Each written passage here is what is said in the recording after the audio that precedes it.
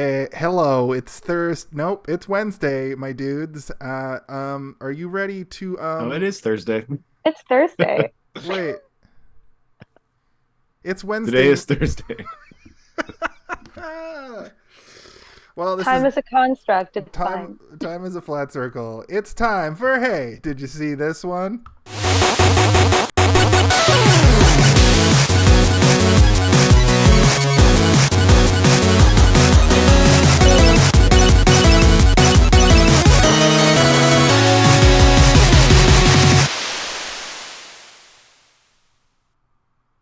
Fuck it, we'll do it live.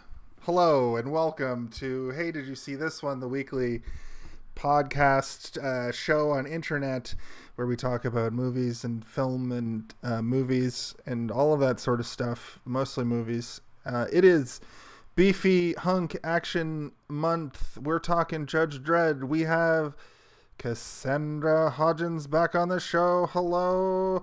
Hello. Cassandra, as I like to call you. Welcome back. Your will. Hold on. I'm stalling. No,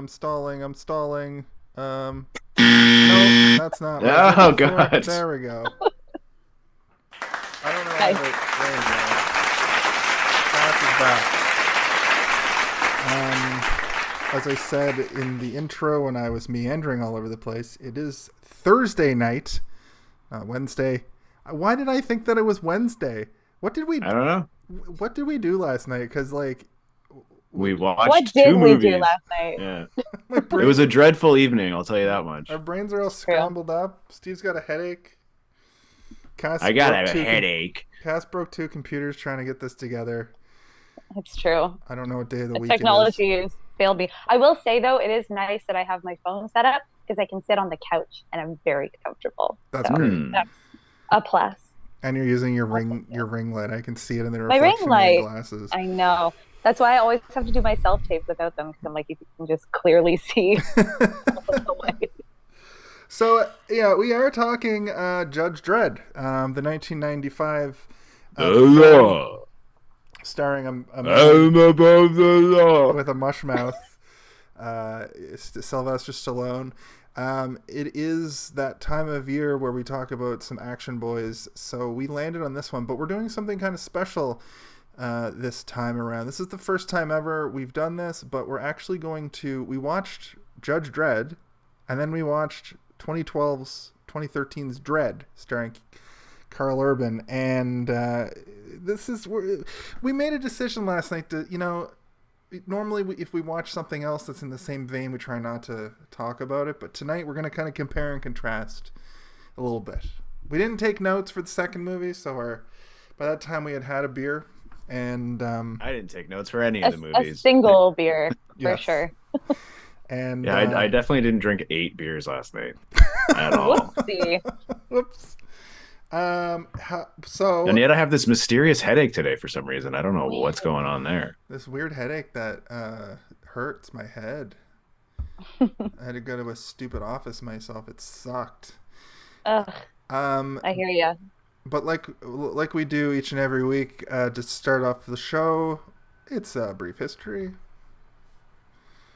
A brief history. Gets me every time. I know. Forget every time that one's ridiculous. A brief history. History. That's We all do our Steven impressions for the rest of the podcast. Yeah, you guys are really good at doing impressions of me. Yeah, that's the only impression I'm good at, really. It's nothing compared to your Stallone accent. That's what I call it, an accent. I didn't break the law. I am the law. It's good. That said, I was probably very annoying last night. Max von Sydow and Stallone in one movie. Oof. Somebody stop me. somebody trap. stop me. It is a tradition around these parts that we let the guest give their history first. So, Cass, why don't you hit us with your history of Dredd and Judge Dredd? Oh, okay. Well, Judge Dredd is very short and sweet. I watched it last night, and it was delightful. Very interestingly different than my original introduction to Dredd, which was the 2012, 2013 one. And that was my everything for a while. I don't know if you've noticed this about me, but I tend to get a little bit hyperfixated on certain things that I love. And this was something that another movie that I watched many, many times over. I just absolutely fell in love with it. I loved how gritty it was, how like the very specific kind of comic-like violence in it was beautiful. The set design was beautiful, like kind of, I don't know, B-list-ish in a way. Like it didn't have a crazy high budget, but they spent all the budget on all the drug scenes in slow-mo, and it was chef's kiss, beautiful. So I was obsessed, and watching the original one was a very different experience for me. I loved it. I didn't love it. I had hilarious moments of laughter. I also questioned many things about our society, how much we've changed.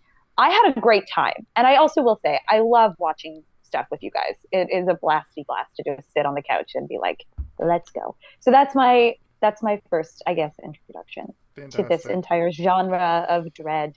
Wednesday night movie club in effect last night. We didn't have Brian. Yeah. Brian went to see a TIFF movie. Brian. Fancy. Hey, look, it's Tim in the chat. Hey, Tim, friend of the show. Hi, Tim. I don't know you, but hi. I will say, I think you and Tim are fighting for the 4-time club. I think you just edged him out a little bit for 4 times. 4 times on the show. Dude. I think the only person that's been on the show that many times now is Ben, maybe? Has he been on 4 times? He did a whole Carpenter month, didn't he? Or was it just 3 times? I think he just did 3 Carpenters that month. And I guess technically, since you were our first guest, Steve, you've been on 80. I've been guesting every week since I showed up. 90 times or some shit. Yeah, so Cass, we're gonna have you on 90 more times, and you're gonna beat Steve. Actually, I don't think unless Steve isn't on several episodes, I don't think you can actually edge him out. So that's the end of the show for this week. Well, we'll see. Bye. I'm out of here. Steve, why don't you give us a brief history of your time with these fabulous movies? I mean, Judge Dredd as a character has been sort of like in and out of my life since the beginning. I believe his inception was not too long before I was born. I want to say it was the late 70s, maybe? I think the character was created in 1977. Oh. But, I was never huge into the comic books, but I do have a couple of the one-off stories. It wasn't like a massive fan, but it was one of those things that, my parents knew that I liked. So every once in a while, they'd be like, hey, I got you a Dredd comic. I don't think they realized how violent it was. But the movie that we were meant to review this week, I was uncertain if I had seen it or not. It's one of those movies that it existed. It was on TV in the 90s. And my brain just likes to do things sometimes where it combines movies together into one.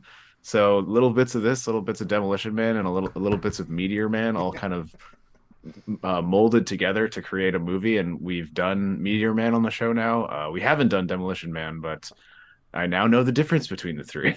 I'm like, oh, they're not all one movie. But yeah, this movie, I last night was realizing, like, I don't even think I've seen this.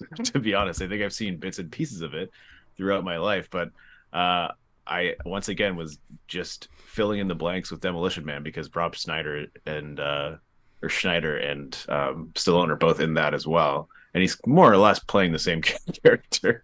He's the law. He's past cop or whatever. And then the second movie we watched last night, Dredd, I saw that in theaters, and when it came out, I immediately purchased it, and like you, Cass, I watched it over and over again. It was one of those movies where we'd come home from the bar and we'd be like, let's put a movie on. Let's put on Dredd. I want to see people get blown up in slow motion. So good. It is very good. The special effects, like you were saying, are just pleasant to the eye. Even though they're gruesome, it's pleasant. That guy getting his head melted at the beginning is just, stunning. I want to watch it over and over again. Lulls me to sleep. Yeah, I don't know a ton about the history of Dredd itself in terms of it getting made into a movie, but I do know a little bit about the 2012 version, and I know that I believe Carl Urban holds the rights to Dredd and has been trying to get it made into another movie or a television show for quite some time. And I, for one, would love that, but I know he's a little busy right now with all the other projects that he does because he's a real hot commodity right now. But I think, if the world cools off a bit, United States of America, why don't you guys get your police force in line? Maybe we can get a cool Dredd movie out of it. Get it together. Or make the movie a complete commentary on the unhinged nature of the police of the United States. Mm-hmm. And to a lesser extent here, I think that our cops are not, golden people as well. They're not above the law, but sometimes they act They like are the law. They are the They are law. the law. So not a huge history with Judge Dredd, the film from 1995, but quite an extensive history of violence with Dredd from 2012. I've probably seen it 25 times. Last night, making 26. But yeah, that's it for me. Cool. That's reasonable. I think that last night's they switch a little bit. Last night's first movie is a commentary on how out of control cops are now, and then Dredd plays as almost how we saw the police in the 90s and kind of held them up here. Anyway, we'll get into all that and more. My history with this movie is I'm pretty sure I saw it in 1997 when I was a kid. I have this thing that I've talked about many times on the show where I think every movie is the scariest movie, especially if they're action, especially if they're horror. This movie is significantly less bloody despite its R rating. That's right, this movie is rated R for some reason. I think it's because is it not PG-13? No, I thought it's rated R. There's a couple F-bombs in it, I think, and that'll do it. That'll push the rating right up. But I do believe that I saw this as a kid. And I've always liked Judge Dredd and I've always liked Stallone's performance in this, for better or for worse. It's real campy and funny. When it comes to Judge 2013 or 2012, I think it was 2012. Let's just say it's 2012 for the sake of continuity. Yes. I've seen it. I was my friend of the show, Ben Mason, lent it to me. I watched it on my PSVR, which allowed me to watch it in 3D in the comfort of my own home, which is pretty cool, I would say. But the thing is I think I watched it when I was drunk or something, because I only remember him getting to the building and starting his ascent. So, or maybe I didn't finish it or something, because I have a weird mental block for some reason. Steve, are you okay? Do you need me to call the police? No. Or a judge? No. No judges around here, please. The funny thing about this that I always forget is that they're not just regular police. They've outlawed judges, so when they show up, they're sentencing right on the spot. And I had kind of forgotten that concept watching it last night. And I've been thinking about it all day. So that's the whole concept. I know that's the whole concept. Judge Dredd. I know, I get it, but I didn't wrap my head around it until I sat with it all day. It's just a cleaner judicial system. Yeah. Is it though? No, it's a terrible, terrible way to do things. But in the reality of these movies and comic books, it just makes things a little bit quicker. Just to have a cop just say 5 years, you're going away for 5 years for loitering. True. For loitering. For loitering. So take them away. That's my history. Talking back is another 5 years. Yeah. Yeah. Talking back to a judge. 2 years. So now the thing that we like to do each and every week is just get into it. Just the body of the episode. Also, I found a great resource for this show. I found just a text list of all the MPAA ratings, but I'm going to add something to this. This is where I'm going to say what the actual rating, the PG-13 rated R part. I'm going to say that here now, going to say the MPAA rating, 33,904. And this movie was rated R. The MPAA, everyone. The MPAA. Wow. Wow. It gives a little bit more to the segment. Sure. Wow. Just to get all the clips out of the way right away. Yeah, exactly. Other than that, I think we're just in it now. So I don't know if you guys want to run down the plot. Cass, do you want to give us a quick plot synopsis of both movies? Just a quick. You don't have to say the whole movie.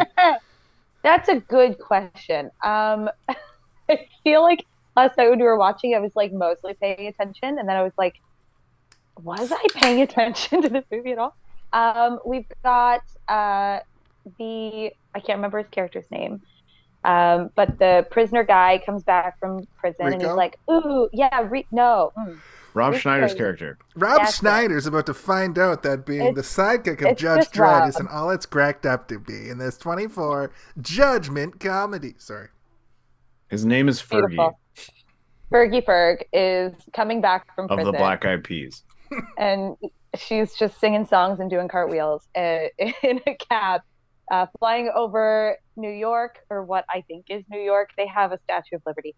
And he gets into trouble immediately, as you would in this city that is horrible and violent, and rioters are apparently never tired, because I think they riot all day and then they just do that more.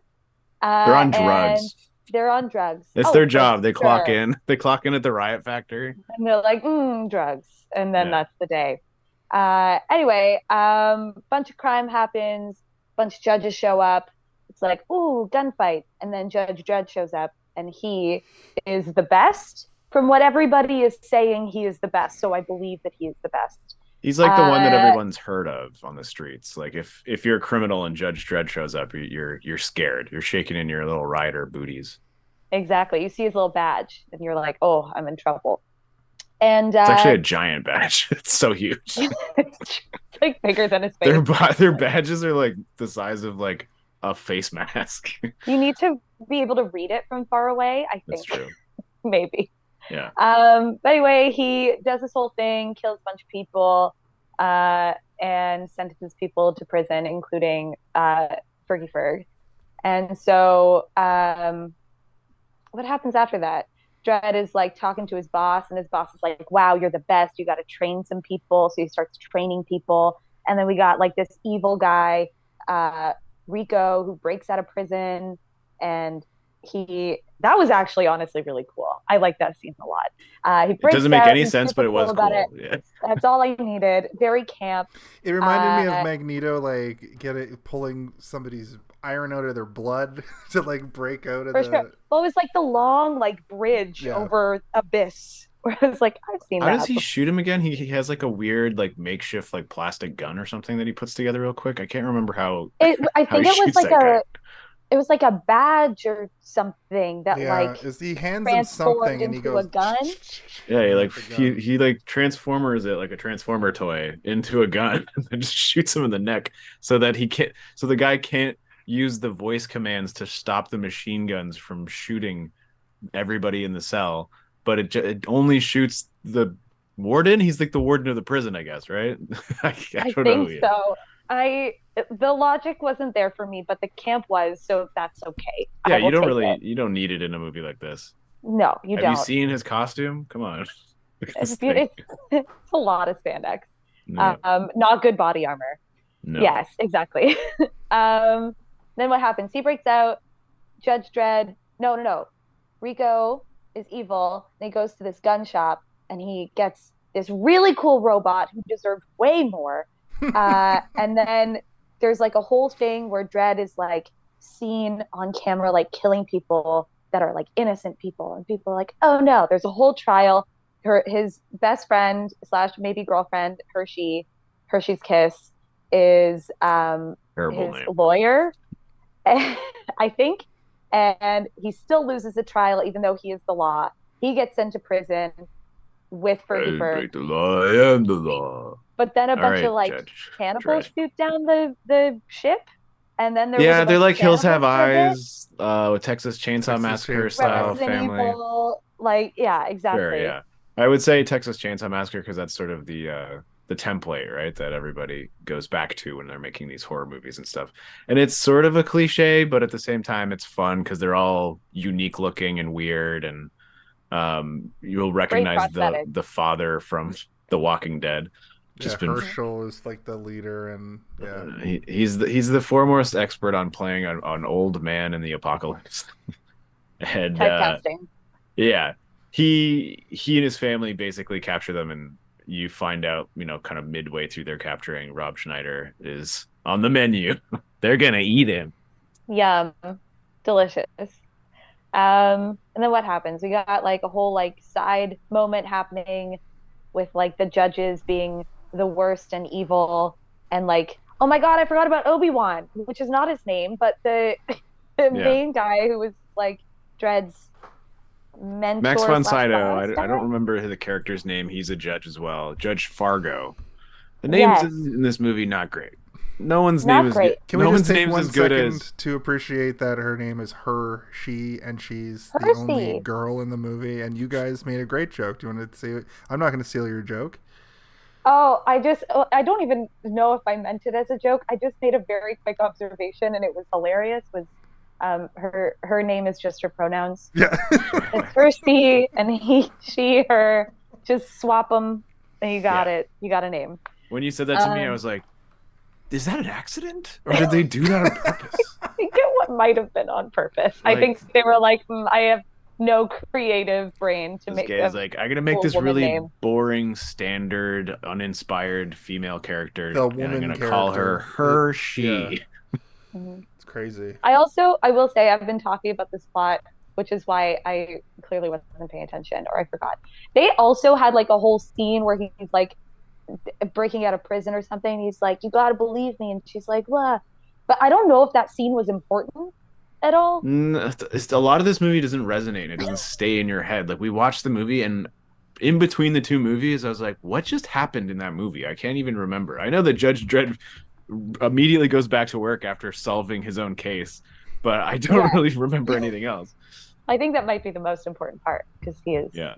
I remember that they like exile Max von Sydow because there's a rule that the judges, when they retire, they don't retire. They're like a judge till death, but when they get too old or whatever, they send them into the Badlands to just wander as like a judge for the unjudged or whatever. Like, go out there and judge till the day you die. And he dies almost immediately. Which is so annoying. Like, he looks dope. He's got a cool hood. He's got a big old gun. Spouting wisdom. He shows up to save the day, and you're like, oh, sick. They're going to have a little adventure with Max von Sydow. Oh, nope. He just got impaled on a giant knife. Has some last words. A giant knife. Yeah, it was right through the back. It was the guy who had a knife for an arm. Remember that guy? I love that guy. I don't remember his name. He was one of the... I think his name was Mean Machine. Yeah. That's beautiful. There was a lot of... He looks kind of mean. There was a lot of people shooting each other in the back throughout the movie.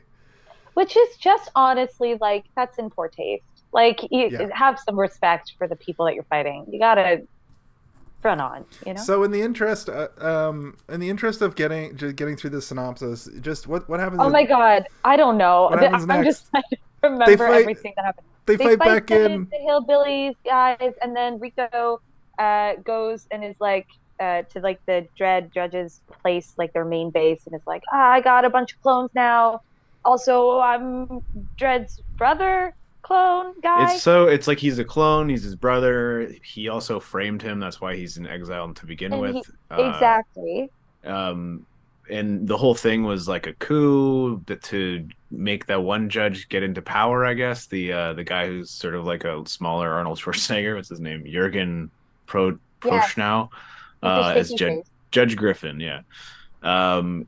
He was in on it. He helped the guy escape from prison. It was orchestrated by him in order to have Judge Dredd get removed so that he could replace Judge Fargo, I suppose, as like the head of the judges.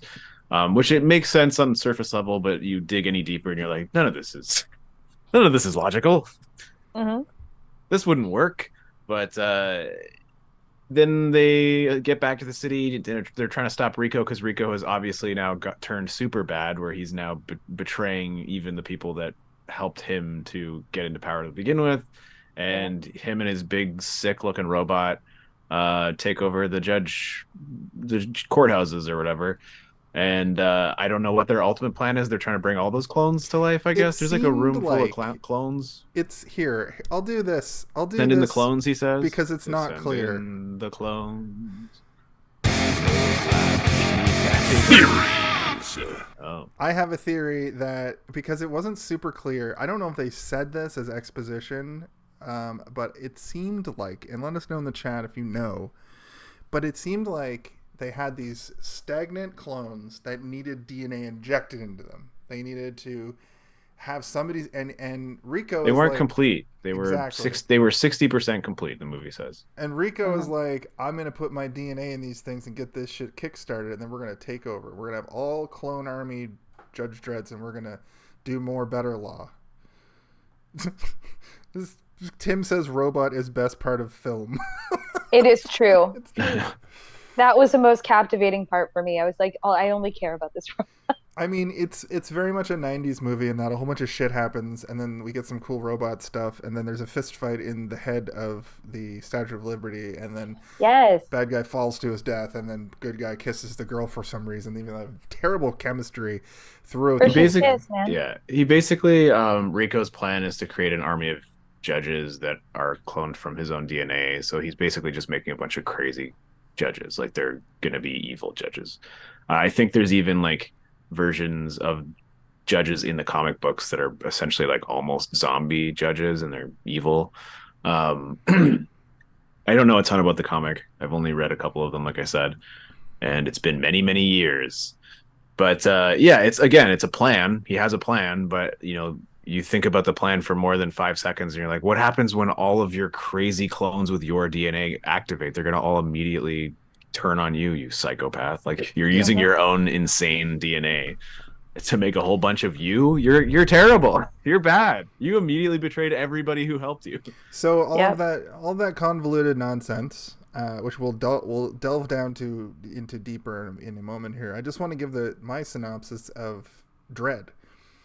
After Judge Dredd finishes his day here, this is another one of my theories. These movies take place in the same week. He leaves and he goes out. He goes out and he gets a call, a distress signal, has to go. No, this is just later. The second movie is just later that day. When he leaves at the end on his motorcycle, a big character arc. He immediately goes and gets on the freeway, and then he gets a distress call from this building. Or he starts chasing guys, and he goes into the building and figures out that there's a drug overlord giving everybody slow-mo, and he basically just action fights his way up the building and has a showdown. And that's pretty much Dredd, comparatively. It's a lot more grounded. There's a little more to it than that, but yeah, okay. There's parallel characters in both movies. There's a lot of the Dredds are. There's a psychic character who's more interesting than Dredd. Yeah, Dredd is basically a side character in the movie Dredd. Yeah, it's like the He-Man movie that we watched last week, where even though it's supposed to be a movie about the action star, he plays second banana. But that said, let's kind of talk about how the times in which these movies were made were vastly different. Yeah. In 1995, you had this Judge Dredd plays like a propaganda film. It's like the police are like the action guy. But Judge Dredd traditionally is not. I was reading about Judge Dredd a lot this afternoon. He's not supposed to have any charisma or an ego. He's just supposed to be like, I'm the law. He's just judgment. That's it. But the irony... Just make the call. I would say that the depiction of Dredd in Dredd, the second movie, is far more accurate to how Judge Dredd should act. And he never takes his helmet off. And the irony is that because it's Sylvester Stallone, he has to spend most of the movie with his helmet off. So because they spend too much money on him. Exactly. We need to see you. And he himself has that ego of they got to see the moneymaker. They got to see big forehead, tiny chin. Yeah. And that's how I feel about Sylvester Stallone, by the way. Well, that was also just symptomatic of the era as well, right? It's just you have to be able to put the guy in commercials and on TV spots and posters in order to sell seats. Whereas Urban was just like, no, no, no, I want to make an accurate depiction of the character, and he never takes his helmet off. You see him And, like for a rushed second it. at the beginning in silhouette with his helmet off, and he puts it on, and when he puts the helmet on, it never comes off, which is cool. But that's also, I think, they were spending a lot less money on that movie, and it was more of a risk, so they allowed things like that to slide, right? If it was anyone else who would be considered I mean, Carl Urban now is like an A-list celebrity, but in 2012 he was sort of a guy who's in movies. He's around, you'll see him every once in a while in things. He was in like he was in one of the ill-fated Punisher movies, right? He was a Punisher. No, he was in Lord of the Rings. He was in Star Trek movies. He was in. Who was he in Lord of the Rings? He was The original trilogy? Yeah, he's one of the horse lords. He's the guy who's like, "I would cut your head off your shoulders, dwarf, if it stood higher from the ground." He mastered the Rohirrim. Yeah. That did not even click for me. Wow. Bad brain. But I did also think that Sylvester Stallone was Robert De Niro last night. So my brain can't be trusted. Well, I also had a crush on Carl Urban in the Lord of the Rings movie, so I was like, "Who's this handsome horseman?" He's been in lots of stuff. He's one of those journeyman actors that's, you look at his resume and you're like, man, you've been in like every cool thing ever. He was in the Thor movie. Remember when he plays the guy with the machine guns? Oh yeah. Yeah. My bad. I was thinking of Thomas Jane Punisher, and also Ray Stevenson Punisher. The other two Punishers? The other Punishers that are completely different. Yeah, all you have to do is look at Carl Urban's IMDb page for 5 seconds and realize, man, this guy he's in a lot of good stuff. Yeah. He's also in a lot of bad stuff. Probably really nice to work with. I feel like he just gives me like good dude, good energy vibes. I think the fact that was willing to be so what do I want to say here? To honor the comic book so accurately, and to stick to how the character is on the page rather than be concerned about, I want people to know that I'm in this movie. It's a lack of ego, right? It's just like, I am just doing the story. If you're not familiar with Carl Urban, you're going to look at the new Judge Dredd movie and go, who is this? I don't know who this is, because you cannot see his face the entire movie. It's almost to the level of just doing a voice acting role. Yeah. And sourpuss acting, where he's just got that he does a lot of like actiony stuff though. Like he was in Doom, he was in Pathfinder, he plays Bones in the Star Trek reboots. Yeah. I mentioned those already. Sorry, I'm just looking at his. You're just reading the IMDb page now. Yeah, cool. I just took a little side quest myself.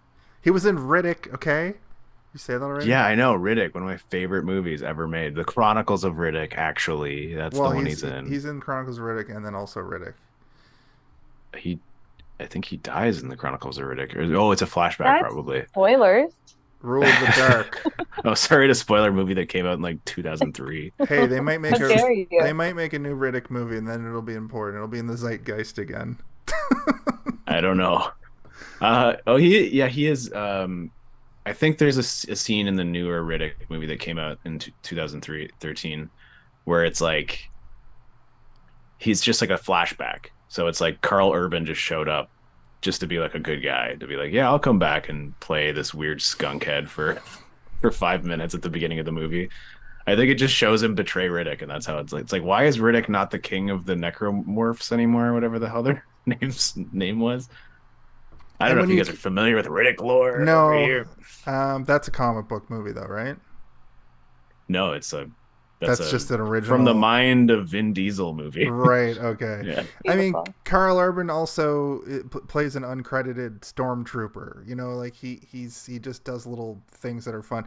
Look at Stallone though. Stallone is like, hey, you got to see me, my face, and everything I do, and I'm the main character of everything. I thought it was weird that Stallone showed up as a scavenger, or what are they called, a Ravager, in the Guardians movies. That's the only time I've ever seen him play a side character. Really. Well, I think he's aware of his position now. Like he shows up as, you know, the coach in the Rocky movies and stuff. True. It's And okay. he's got a TV show now too. I don't think that there's like a lot of problematic stories about Sylvester Stallone like out there. I don't think that he's particularly a bad apple. It's also like a kind of thing of the time, right? Like I don't know if it was necessarily maybe even his own ego, but like producers and directors being like, we need a face, we need this, so you're gonna be that. That's your job now. And you are now this action star. You are everything. It's the same thing that happened to Schwarzenegger. Like good fucking dude, super chill, super humble, charisma. And these guys got that charisma. Though. But like he was also told like you are now the face of everything action, so do it. Well, you also like forget. Some people forget that like Sylvester Stallone won an Oscar for writing Rocky. Like he wrote Rocky himself, and it was awarded a little golden trophy.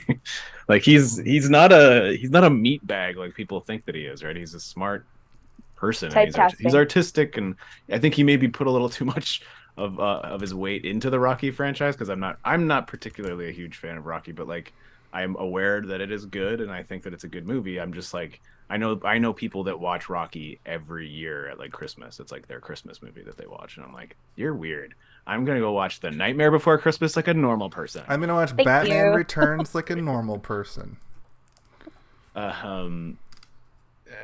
Anyway, I forget where my mind was going there. I think it was we were just talking about how like that was the way things worked in Hollywood in the 90s, was like you have to have your money maker, and Judge Dredd was not the money maker. It was Stallone that was the money maker. And it's not necessarily just him, but there's a person there, but there's also a team of people around him, right? On both sides of like his actual team and the team working on the production itself. And you know what? At the end of the day, this movie kind of rules a little bit, but it does suffer from short-term memory loss, in the sense that when you watch it at the end, you're like, I don't remember what happened in this. I just know there was a lot of cool, shiny stuff. Like cool moments. There's like a really cool chase on some like flying speeders that goes on for a while, and you're just kind of like, whoa, this is happening. Or like that fist fight at the end, and I love a fist fight on the top of things, you know. And it's because you're a simple man. I'm simple. Mufasa and Scar just having a moment. Deadpool, real Wolverine, Lion King, and X-Men Origin on top of the greatest movie ever made. But they have a fist fight inside a head, and I was like, it all comes to a head, literally. Oh wow, yeah, this movie ends exactly like the first X-Men movie. That too. On the top of the Statue of Liberty. Which I think is just the Statue of Liberty, but I do know that that's where the laboratory is. The Statue of Liberty has been turned into a secret cloning laboratory, which conceptually sick. I love that. I love that the Statue of Liberty is just a cloning lab in a giant person. Yeah. They do talk about like mega city, like the statue. It's mega city. It's not New York. It's mega city. So I think it's the amalgamation of maybe a whole seaboard. And they talk about how they moved the Statue of Liberty inland, and they do that thing that I hate, where Hershey and Dredd talk about something that happened. My eyes glaze over when people talk about a war or a battle that's not in the movie. The worst offender is when Hawkeye and Black Widow always talk about that battle they had. Remember back? But that's not to elicit like the battle. That's to show the strength between those two people. That. It bugs me though. But also like exposition. Why does it bug you? It makes me. How dare they have a backstory? Yeah, fuck these people. It makes me want to see the thing, and they should. I know, but I can agree with you in this movie, because they're just doing it to be like, a war happened. Remember the war? But in the Avengers, it's like, no, it's meant to show that these two characters have known each other and trust each other. That's what the point of that is, right? I get it. I still hate it. It's weird. That's weird to me. You're weird. You're a weirdo. We're all friends. But I agree with yes. But I do agree with you in this movie. It's kind of annoying. But like something like Star Wars, where he's like, "You fought in the Clone Wars?" Like you're like, Judge Dredd fought in the Clone Wars. No, you're like Judge Dredd is a Mandalorian, okay? I know what you mean by there was a lot of Star Wars in this. So I want to know what the Clone Wars is, right? And so for like 20 years of my life, or not 20 years of my life, like 10, 11 years of my life, I was like, what the fuck is the Clone Wars? And then I finally got to see what the Clone Wars is when they made the prequels. So they answered that question. But like for years and years and years, people speculated and like came up with their own ideas and their own imagination of what that thing could be. So I think there's like an inherent value in seeding something like that, especially in something that you know is going to be a large franchise, because then there's the potential that you do get to go and explain and explore that at some point. Yeah. Not This necessarily one was not Judge Dredd, getting though. We're not going to see. sequel. Yeah, no, this movie, I don't think it made a terrible amount of money. It but made 100. It grossed 117 mil, and it cost like 70 mil to make. So, didn't do great. But I mean, it didn't get a sequel. Not enough to make a sequel. No, if Cassie it like made doubled its budget, maybe. You made a good point. It was very Star Warsy, like throughout.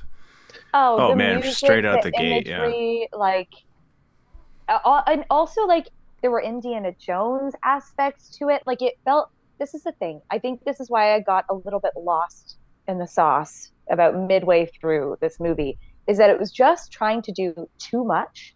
And everything that they did, I was like, cool moment, cool moment, cool moment, cool moment. But I had no through line.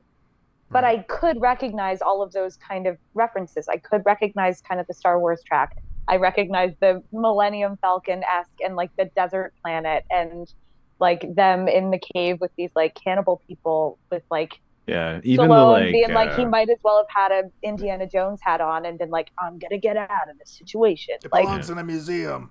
Yeah. Even the guards, like immediately the guards that are releasing the prisoners back into society, they evoke Stormtrooper. They evoke the imagery of stormtroopers, and you're like, I'm digging this to a certain degree, but if it wasn't for like the Alan Silvestri score, if it was anything less interesting cinematically in terms of cinematography, all of this would look horribly goofy. And you'd be like, ugh, this is not great. But because you have the score, because you have the interesting camera angles, and you do have a lot of budget clear on screen in terms of the costumes, it looks good. Like everything looks pretty sturdy. It's true. The costumes aren't amazing, but they're pretty good, and they're comic accurate to a degree. Maybe almost to a fault, because you kind of wish they were a little bit heavier looking, like those jackets that they wear underneath their armor. You're like, can you make those a little thicker? Like they look a little too thin. The mega city looked a lot like your Blade Runners, your Fifth Elements, your Super Mario, Cyberpunk. Yeah, Cyberpunk, like Night City, the Mario Brothers movie, where it's like, I know I had to fit that in there. It's just fun. I think it's funny. I started with Blade Runner that time, at least. I know. Steve always gives me a hard time. Well, we were watching the movie last night, and then immediately when it shows the city, Jason's like, wow, this is a lot like the Mario Brothers movie. But I'm like, not Blade Runner, like the thing that most people go to. But it's also not wrong. There's a specificity to it, though. The reason why this one really reminded me of Mario is because how like chaotic everything was, and how all the costumes people were wearing were like, if you look at the people in the crowds, it was a lot more leather and a lot weirder. There was one person that was like dressed like the Big Bertha character from the Mario movie at one point. Anyway, this is just making me feel like you're not familiar with Blade Runner, but no, I've seen Blade Runner. I get it. I know Blade Runner, but Blade Runner has like a Neo Tokyo aesthetic to it. I mean, if you take 2 seconds to look at the background in Blade Runner, you can see that people are dressed like the Mario Brothers movie. Like it's great. Obviously, there's people with like glowing umbrellas and stuff. Obviously, like, the people my dream. Obviously, the nightmare people that made the Mario Brothers movie were riffing on a Blade Runner kind of. Thing. They were like, "Can we just make it Blade Runner, please? Can we just make Mario Blade Runner? We're just gonna have weird Adam West era of camera angles for everything." But then when you fast forward to 2013 and you look at the Dredd movie, it's a completely different vibe. It's got like, it's more realistic. It feels like a nasty city. Yeah, it's a lot more like the Cyberpunk game, like Night City, but with none of the neon. There's no neon signs really. No, it's very industrialized. Like grunge Night City before they got like all the glow stick upgrades. Well, even you just look at the cityscape shots, and it's like, oh, it looks like a computer chip or something. It just looks really artificial and industrialized and dirty and gross and grimy, and just sort of like the embodiment of what you think of when you think of horrible human expansion and like the destruction of nature. What Toronto, it was filmed in Toronto, what Toronto will look like in 100 years from now. Well, they call Toronto Mega City. It's been called Mega City since like the late 90s. And so I'm like, the thing about it is too that like I found that for better or for worse, Judge Dredd looked like a movie, like a movie you see in like a major motion picture, and Dredd had a lot of.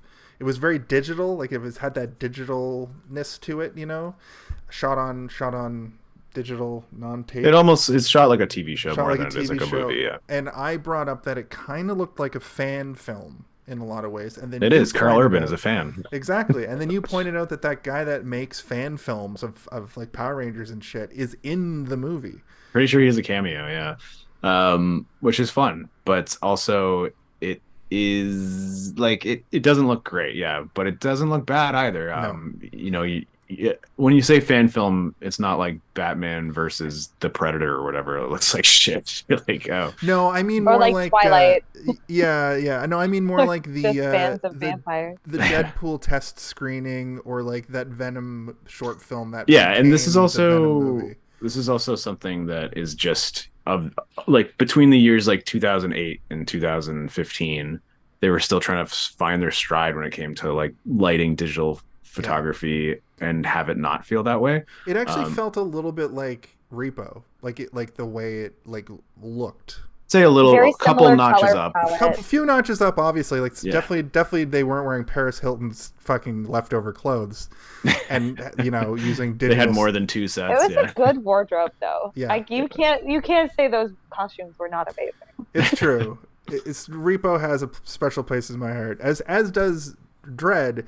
But the thing is, get some water. I'll be there right was back. a lot of. How dare you? There was a lot of digital like squibs, like when people got shot, it looked really like CGI, but then there was a lot of cool practical stuff happening too, and all that slow-mo. The slow-mo was like, that was the unreal draw. I'm gonna go out on a limb and say that I'm gonna do something different here. I'm gonna play a little song, and this a little ditty as it pertains to Dredd. And as I went to the bathroom, I was like, the podcast comes in a little glass vial. The Home Alone of it all. Did you say the podcast comes in a little glass vial? A little glass vial? A little glass vial. I would say the Home Alone of it all in Dredd isn't necessarily a section of the movie, but the draw of the movie is to come. Well, that's when he gets arrested, I would say. Right, but I would say the draw of this movie is the fact that the slow-mo guys are on the marquee, and you're coming to see what they can do, like work their literal magic. You're talking about Dredd, not I'm talking about Dredd. Yeah. Judge Dredd is when he goes, like when he takes his helmet off and goes to. I think Dredd is like as soon as those doors close on Peachtrees. That's when the Home Alone of it all starts. And it becomes a literal video. That's another thing we didn't talk about yet. Sorry to be jumping around. If you guys have anything to add to the Home Alone. Well, we are talking about 2 movies at the same time, so that's kind of crazy. We're gonna be jumping all around. Once again, Judge Dredd. I think we can safely say both movies worth watching. Worth watching. You're not going to feel like you wasted your time if you watch either of them. They're just very different, like very different vibes of the like same character, which is cool. I mean, I'll talk. I mentioned this in my final thoughts, but I will say it now that like watching both of these as a double feature almost makes a perfect Judge Dredd movie. It's because you have all the ideas swirling around in your head while you're watching both. Yeah, and I mean, it's not even like you couldn't mesh them together to make one movie because it just wouldn't make sense in terms of story. But seeing the character treated in 2 completely different ways, but also at its core, they don't feel completely different than one another.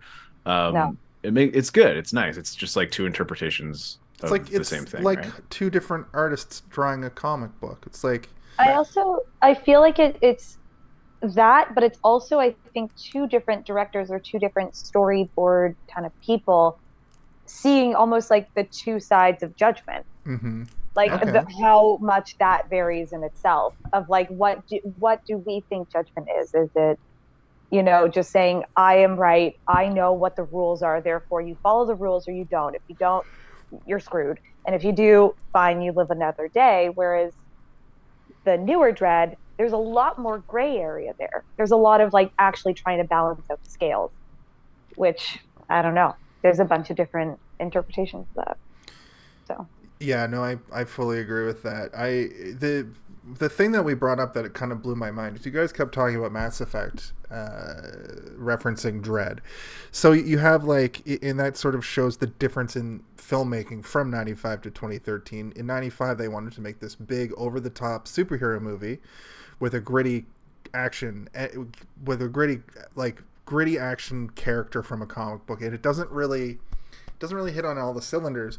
But in 2013, you want to take a character and update them, and they updated it to make it feel like you're following these characters around in a video game. And you're part of the story, but you're behind the controller. Right, yeah. Like we're watching just the cutscenes. I could imagine Dredd as a video game a lot easier than I could Judge Dredd. I could imagine Judge Dredd, the major motion picture from the 90s, as like a Super Nintendo game, where it's like a side scroller and you're, and then the robot shows up and it's like bringing up the law. I'm gonna jump on his head 3 times. Yeah, but I mean, tonally, like they're completely. It's very clear when 9/11 happened, sort of thing, right? Where like, oh yeah, movies changed at some point, and they weren't, colorful, crazy, bombastic. Batman Returns, Batman Forever, Batman and Robin. That like this kind of feels like a Batman Forever, whereas Dredd feels more like Batman Christopher Begins. Nolan. Christopher Nolan presents Dredd. And not to say that one is better than the other. One is a little bit more fun in terms of visual fun, but Dredd is also a bucket of chuckles as well. It's just different, It's like, okay, I'm just seeing really gross, vile stuff, but it's presented in an entertaining way. The violence is absurd because of how crazy it is, and it makes you laugh and you feel good about it. Whereas the violence in Judge Dredd is cartoonish, it's goofy. They're both fun and they're both valuable in their own right. I don't know if I prefer one over the other. I think that I would say that I have to be in a specific mood to enjoy one over the other. So there'll be days where I would be preferring to watch the campy 90s version of Judge Dredd over the dark, gritty 2012 Judge Dredd. And then you could flip that. Maybe there's another day where I'm like, I just want to watch some people get thrown off of balconies and turn into cantaloupes as they hit the ground. When those people splat. Holy shit. I believe you referenced, I called them wet carrots, but I think yours was more apt. An overcooked yam? Overcooked sweet potato? Yeah, sweet potato hitting the pavement. Because there's a couple moments, like, Dredd earns its R rating. And in my head as a kid, I thought Judge Dredd was as gory as Dredd is. Because there's people getting shot in the face and they're like their jawbone is exposed. There's people like they show them when you see people fall out of buildings in movies, you never see them like hit the ground. Really. Actually hit the ground. Yeah. The only movie I've really seen that in is like Midsummer. That movie's so fucked. good. Yeah. I love that movie. Yeah. It's because you're almost expecting a bounce, right? Yeah. But they just splat. Yeah. Or when you do see them hit in old movies, it's usually onto a car, right? Because there's more effect. Yeah. But these people they get skinned or they get drugged and they just get thrown off buildings. So they get both. Yeah. You get drugged, then you get skinned, then you get thrown off of. Yeah, Mama is not a great character. Nope. No. She's evil, but also you can tell that there's something bad happened to her, right? I think they go into it a little bit. I can't remember the exact details, but it almost feels like she just got like into a tussle with whoever was in charge before her. Like I think it was her lover, like her ex-lover, who was like in charge and was clearly very abusive. Well, when we meet Mama, she's got the 3 guys we were just talking about who she whips off the building. I believe my interpretation of that was that she had just taken over. I think you guys were talking about how in the canon of this Dredd world, she's just taken over, and Judge Dredd and Cassandra have just wandered in to like get these guys that they were chasing, and then they realize that there's more afoot in the Peachtree.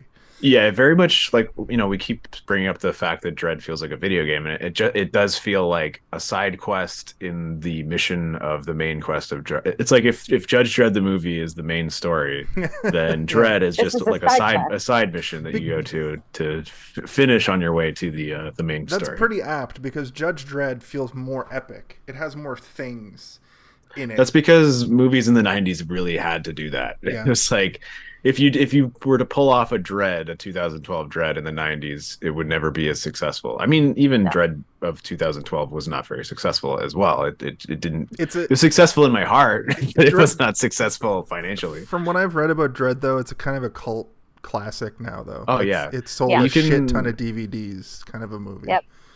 It's the kind of movie where if you go to like a house party or something, and you go up to somebody and you're like, this guy seems cool. He's probably seen Dredd. And then you say, what do you say to them? What do you say to them, Steve?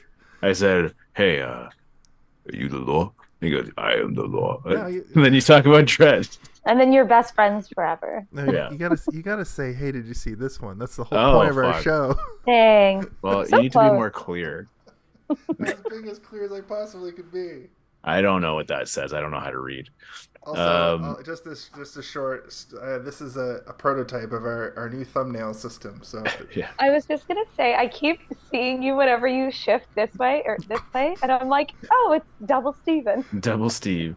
That picture is old. That's like 8 years ago. well, you got a smooth face look in the it. same. I used a young picture of myself. I'm in as well. Ireland in that photo. I'm on top of a castle. Yeah. Are you wearing makeup? Am I wearing makeup? No, in that photo? In this photo. It kind of looks like I am, but no, I'm not. Your features are all very smooth. I think it was just The really lighting. good lighting. Yeah. It was that like magical early morning light. I can't remember where I was, but I am the law. I am the law. I will say before I forget, one of my favorite moments of this entire movie was Judge Dredd. Sorry, the original Judge Dredd being like, emotions. That ought to be against the law. Yeah, would it be a law against them? Yeah. Like, it's me.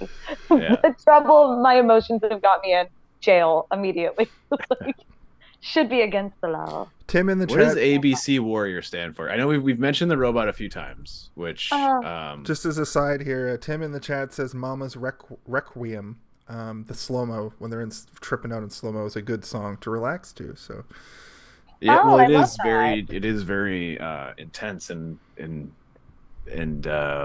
what's the word I'm looking for? I want to say magical, but I want to use a better word than magical. trippy. It's trippy, It's man. a trippy She's flipping the vibe. water around, and it looks like diamonds. Are I would say sparkling. it's a It's like poignant. euphoric Yeah. almost. Like, it's just Mm. like this like pure bliss in a very violent world that you're I've- surrounded by. You see beauty for the first time again. I've been on Yeah. mushrooms. The mushrooms that I was on this summer that I bought at a mushroom dispensary kind of did that to me a little bit. Against the law. No, Yeah. Well, I mean, it's not, lawful. I am the law. That's what I say. I am the law. That's what I say before I eat a bag of mushrooms. Get I did down off mushrooms. this law. I did mushrooms not too long, a few years ago, actually. Or I think it was not this past summer, but the summer previous. And a man died in the park while I was on mushrooms. I remember, is that the time that you Ugh. called us when we were over at Scott's place? Yeah, it was And you were Scott's like, birthday. the craziest thing happened to me. And we were like, is Steven okay? It's like, We are I'm not on mushrooms right now, and I just saw someone die. We couldn't tell if you were serious or not, but now I know. All my friends were like, he didn't die, Steve. I'm like, they were performing heart palpitation or whatever, heart compressions for 20 minutes. CPR. That sounds CPR. like death. And Well, then they stopped and put him No, in a it truck. wasn't CPR. It was just compressions. CPR is when you're like breathing in their mouths and stuff. Oh. But Well, maybe that's why he died. They didn't do the they forgot to give him breathing breaths. But like Oh, the God. reason that I know that he died is that they loaded him into the ambulance and then they drove away with the lights, the lights off. off. part. Dead. And my friends are like, no, they took him away in the ambulance. I'm like, they didn't put the siren on. They didn't put the So lights on. That hopeful. guy's fucking dead. Yeah, there was no sense of urgency there. Yeah. It's Yeah, that's sad. pretty dark. Yeah, but they to this day they still won't admit. It's like, no, he didn't die. I'm like, he did. Because they That guy can't died. they can't compartmentalize the fact that they witnessed that. Yeah, maybe they just wanted me to shut up and stop talking about it because they were also on my. Because everybody was on like, my this guy died. and they were all They were like, "You're really ruining my trip, Yeah, bro." Steve, shut up. They're all experiencing CPR, slow mo is what I tried to say there, and they were seeing the little diamonds and the little slow PR. Anyway, that was just a little side story of the time. Don't you that I guys was on think the mushrooms and well? witnessed death. Don't you guys think Mega City looks like the well from Starfield? Just as a side note, Starfield is the game du jour right now, and me and Steve are playing. For you guys, yeah, you don't know what we're talking about. It's okay. I'm you playing a story in the dating simulator, Baldur's Gate 3, Yeah. and that is all I care about at this moment. It takes up 95% of my brain power. Well, I'm glad you mentioned that too. I like to just say, like, for the future, I like to put these little things in to be like, this is where we were and what we were playing. The year was 2023. But the funny part is while you guys were watching it, you guys have played a bunch more Baldur's Gate and are into D&D more than I am, and you guys kept being like, that was a saving throw, that was a failed perception check. Me and Cass speak almost primarily in dice rolling, and I kept talking about Cyberpunk and Starfield. Oh, you guys are talking about Mass Effect as well as far as video games go. So I'm glad that mostly during Dredd, we tried to provide you a couple of ins to our conversation, just so you didn't feel like you were on the cusp. Yeah, when people start roll a talking charisma D&D, check, and then we'll see. I glaze over a bit. Yeah. Do you think that Judge Dredd would be good at Dungeons and Dragons? He would definitely be he would be a lawful character, that's for sure. I don't know. He would be honestly, if you did like a D&D campaign or even like a Cyberpunk campaign, and you based your character off of Judge Dredd, 1995, Judge Dredd, Kind of like that Hexus. would be so fun to play. Hexus was kind of like was a little bit like Judge Dredd. Yeah, but then you evolved to be Carl Urban Judge Dredd, and you grew emotions. He did. He started off as a very emotionless, cold dick. Then he kind of turned into a warm, compassionate dick. Yeah. And for the viewers, that's your Cyberpunk character, right?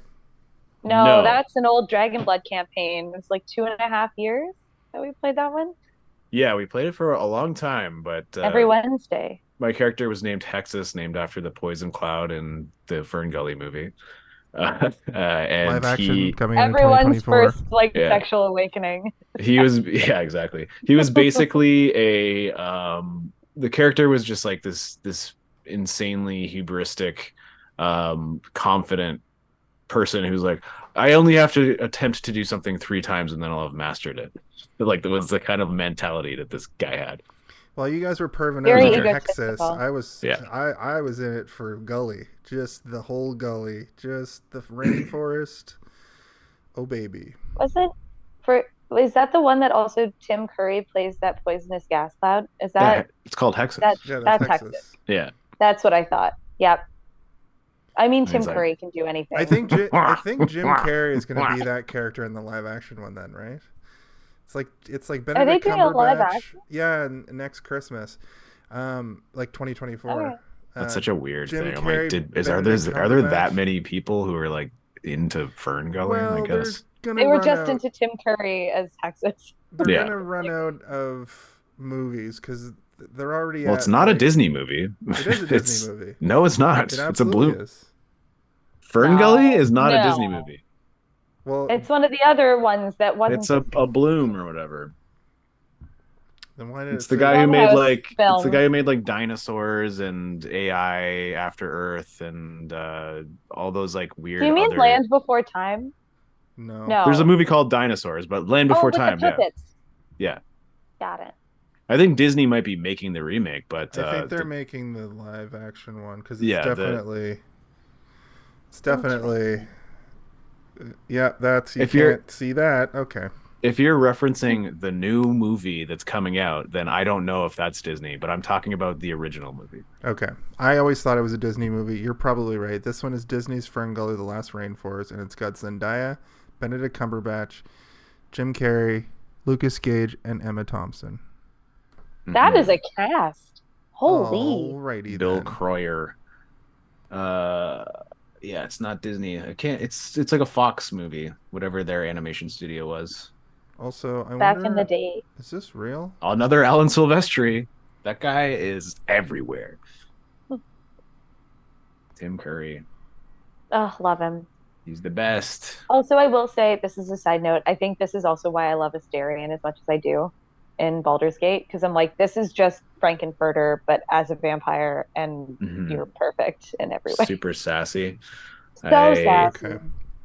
Yeah, so here's the thing. My bad. That was all fake and wrong. I saw this. I thought this poster was fake about a month ago, and then I saw it come up on social media, I think today. And then I was like, oh, now they're making it because of the virality of the hoax. But I'm wrong and Are you stupid. still talking about the Ferngully, or The live action. Sorry. I was just going to say, like, just having toss Tim that aside. Curry I'll just come out of retirement. When I edit these episodes. Tim Curry, I don't know if he can walk anymore. Isn't he like in a wheelchair? Tim Curry. Tim Curry. Different with Tim Curry. I think that, is Jim Carrey retired now? I think he said he's done acting. Yeah, I think he said that a couple times. He's going to be in all the Sonic the Hedgehog movies for the rest of time. Yeah. So weird. I haven't seen Honestly, we should just leave Jim alone. I feel like this is like a Chris Crocker. Leave Brittany alone. Leave Jim alone. He's given us enough. Before we get back to the movie, I will say that Sonic the Hedgehog 2 actually has like a part where Sonic the Hedgehog does like a level, and it's pretty great. Apparently, the robot, the ABC Warrior, is from another comic book. Like it has its own comic book series of it's called ABC Warriors, and it's just a bunch of magnificent robots. So that's kind of interesting and cool. I didn't know that was like, I don't know if it's if it's like an offshoot or if it's a spin-off series, but so remember last night how I was like, made a cameo in the Judge Dredd movie. So the ABC Warrior is from its own comic book, and they just like decided to toss him in there. Remember how last night I was like, I wonder if like Judge Dredd, the reason why they jammed so many things in, if it's all a bunch of comic books. But I guess the original Judge Dredd, basically just Judge Dredd is from the comics, and they just made up a bunch of stuff for the movie, which is like not what they do now with superhero movies. I'll say that. But that's what they did back then. It's like the giant spider. They wanted the giant spider in the Nick Cage Superman, and it's like, why? It's like, because I like giant spiders, and then that director put the giant spider in Wild Wild West, you know? No, he wasn't. He was a producer. He was like obsessed with getting this giant spider in movies since like the early 90s. And I can't remember the guy's name, but Kevin Smith has like a long tale about it. If you're ever interested, just go. Evening with Kevin Smith. Just go listen to him. He tells the story better than I will. And that guy is in that Licorice Pizza movie. He's a character in it. I don't know what you're referring to. That producer is a character in the movie Licorice Pizza. Oh no, I got lost to the Licorice Pizza part. Yeah, I don't know. That Licorice Pizza is a movie. It's a movie that came out a couple years ago. It's like he's literally a character, or a character is inspired by him. Oh, it's a bunch of teenagers. It's got one of the Hames sisters in it. It's yeah. Who's the director? Okay. It's of note. It's a Paul Thomas Anderson movie. Yeah. I see. Sorry, I had to explain that. Yeah. Not everybody knows what Licorice Pizza is. Listen, I'm going to not say stuff for a little while to come back from my embarrassing Ferngully moment. Okay. Of which I will never You're horribly embarrassed by the fact that you thought it was a Disney movie? I thought it was real. And also real. More so. Oh, the live action movie is not real. No. I just explained that it's not real. Okay, good. I mean, Steven has a headache. Leave him alone. This makes so much more sense to me because I was like, who the fuck wants a live action Ferngully movie? I do. Okay, you didn't even know what movie company made it. You clearly don't like it that much. Well, the poster had a big Disney on it. That's why I thought. That's because whoever made that fake poster didn't do 5 seconds of research to figure out what company. And then I did even less research, okay? Let's move on. That's So funny. wait, can we talk about this robot more? Because I Yes. loved The him. robot rules. I loved him from the moment he was on screen, and I just wish he had more. Whoever designed I that wanted the thing best for him. deserves all the praise in the world because it looks like a cartoon drawing brought to life in the best Yeah. possible way.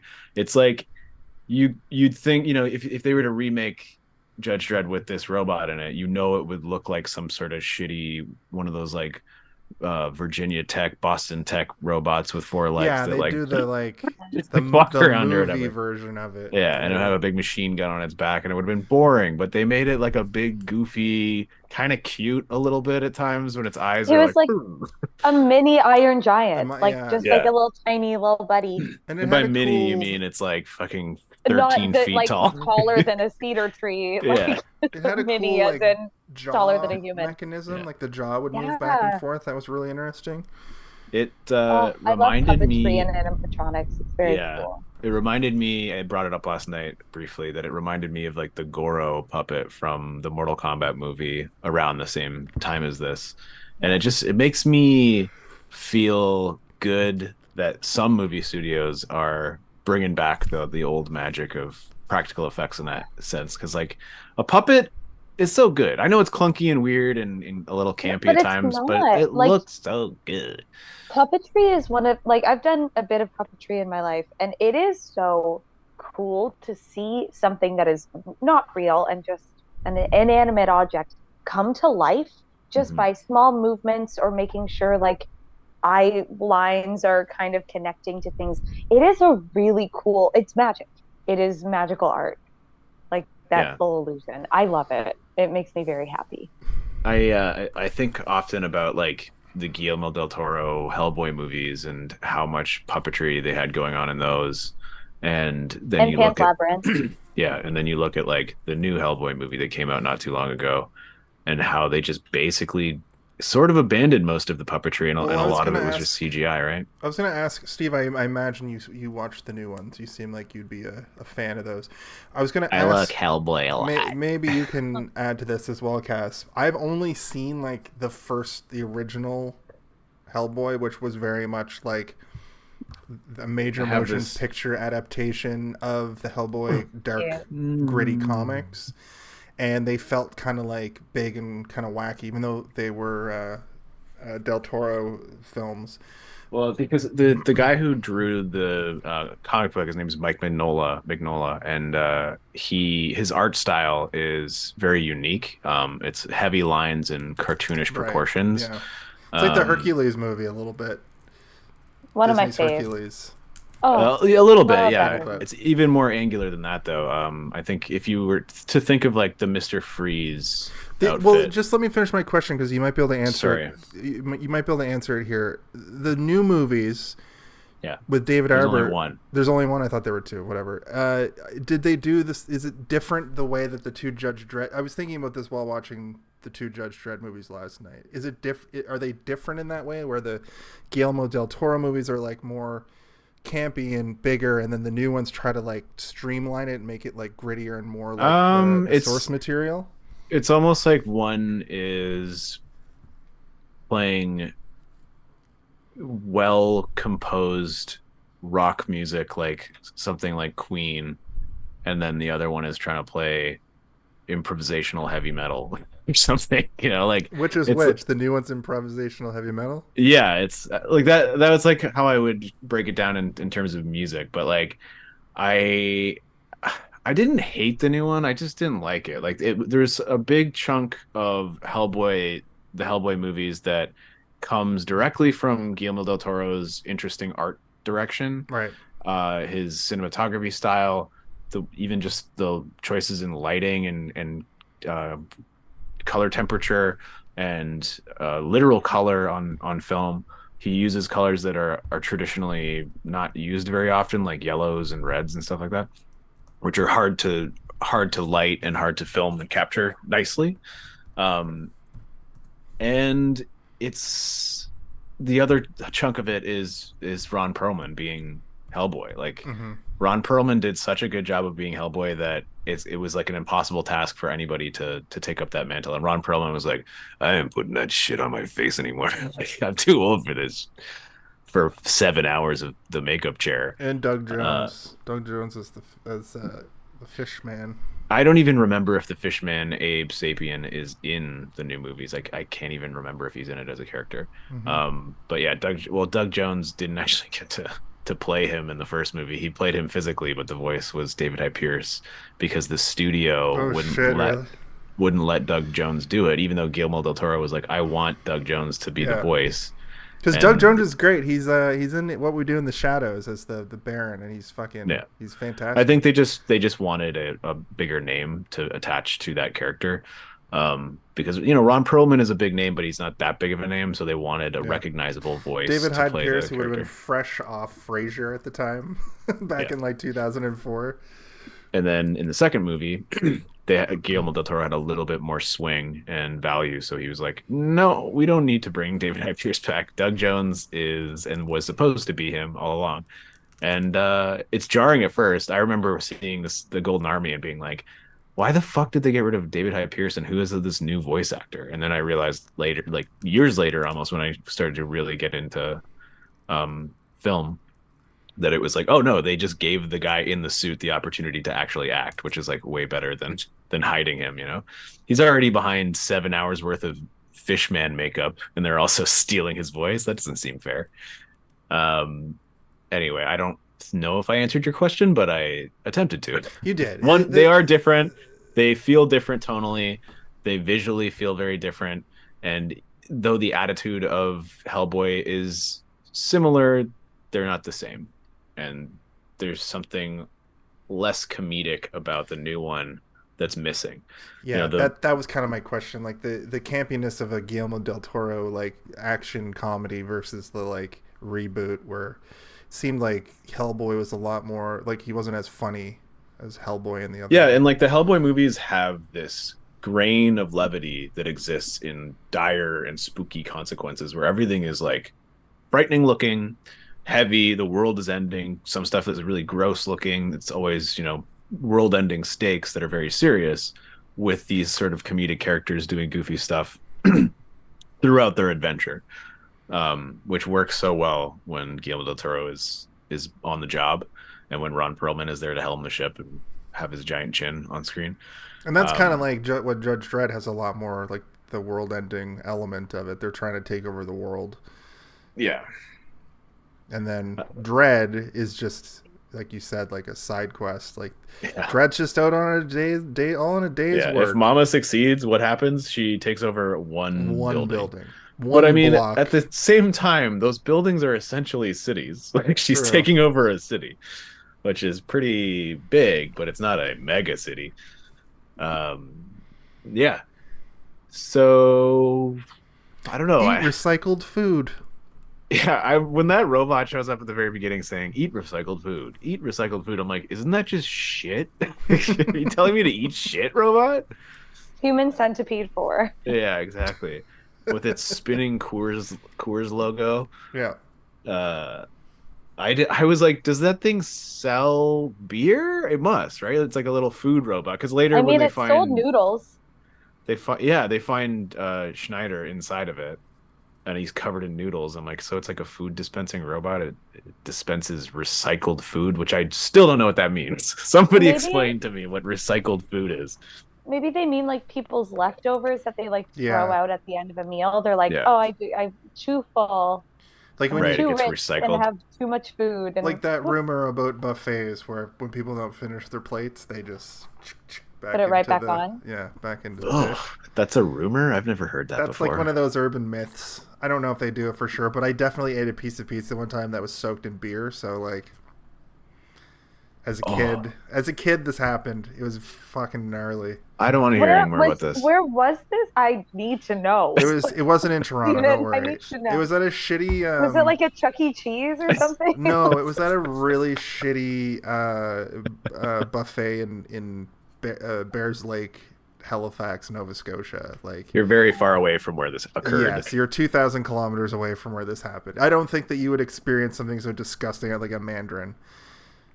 Fair, but like, was it like a special of pizza? Were they like, the beer pizza? No, It's our new special of the day. It's we marinate our pizza in beer. I was someone like dipping it into a keg. And being I was like, probably "Oh." like 12, and I pouring definitely it knew over what beer tasted like, and I took a bite of this pizza. And I don't want to hear sorry. any more about as this. I was saying it, I realized Steve doesn't want to hear about it. I have a very sensitive gag reflex, and I already almost gagged when you told me that you ate a piece of pizza soaked in beer at a buffet because it was put back. Oh, Oops. God. Oopsie. Yeah. Anyway, my friend just had a baby today, and they're like talking about all of it, and I was like, oh. And then my sister's like, you want to see a picture of my wisdom tooth hole? And I was like, no, I don't want to see that. And now you're talking about this. This whole day has been disgusting. Sorry about But you got through Dredd just fine. Yeah. So somehow a compare and contrast. My brain knows it's fake. I'd like to do between these two movies is just how Dredd does things. At the beginning of Judge Dredd, he like fights his way up. He's like on the other side of the door with the criminals that have, you know, Rob Schneider's on the other side. They've killed some guys. Criminals. Judge Dredd's about to go in there and you know, bust some skulls, and we just don't hear from Judge Dredd for a minute, and then we see like the ceiling, a circle in the ceiling of bullets, and he comes down through and starts dishing out judgment. Well, the real underworld. And then exactly. And in Dredd, he's very like systematic about things, and he's got a clairvoyant with him. He's like a robot, and it's like he's like RoboCop almost. And it's the reason I think we brought up Mass Effect, both of us, is because his outfit in Dredd, in his helmet, look very reminiscent of armor that exists in Mass Effect, and even his gun looks like the heavy pistol from Mass Effect, which was my bae. I love the heavy pistol very much. Me too. But even just the way he is, so like you said, systematic and robotic, it's like a video game character where they have a bunch of bullets going around them, but they're still maintaining like perfect posture to fire on their enemies. Also, it still makes sense because like he's trained, right? Yeah. It's kind of like watching like Keanu in The Matrix, but like less stylized, of just like, I just know where I'm going and this is my mark and this is what I do because I'm trained to do that. That's my job.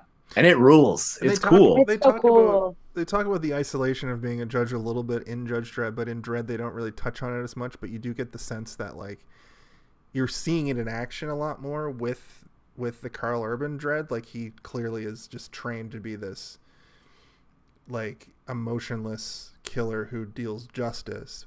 But even though Stallone's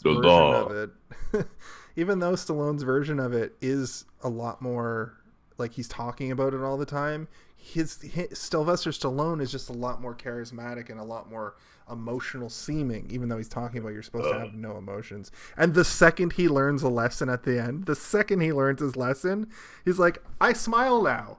So let's go on an adventure. Give me my gun again. Let's go. Yeah. Who's got my shoulder pads?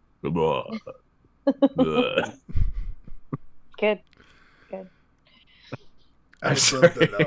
Anyway, so I don't have like a ton left to discuss about this movie, and we're talking about two movies. I think that's might be kind of, it's good that we watched both, because I mean, I definitely would like to see more in the universe of Judge Dredd, because I think it's an interesting space to play around in, and very cool. As much as they went to the like balls to the wall with the 95 movie in terms of like, let's try and cram as much of this weird world into one movie as we can, instead of, parsing things out over the course of maybe 2 or 3 movies. They're like, we're throwing robots, cannibals, clones, everything. And then Dredd, it's like, even Dredd, they're still kind of doing that. They're like, we're showing you the city. We're showing you that the violence is rampant and crazy. We're showing you that there's crazy drugs that make you go into slow motion. We're showing you that there's weird psychics that can like read people's minds.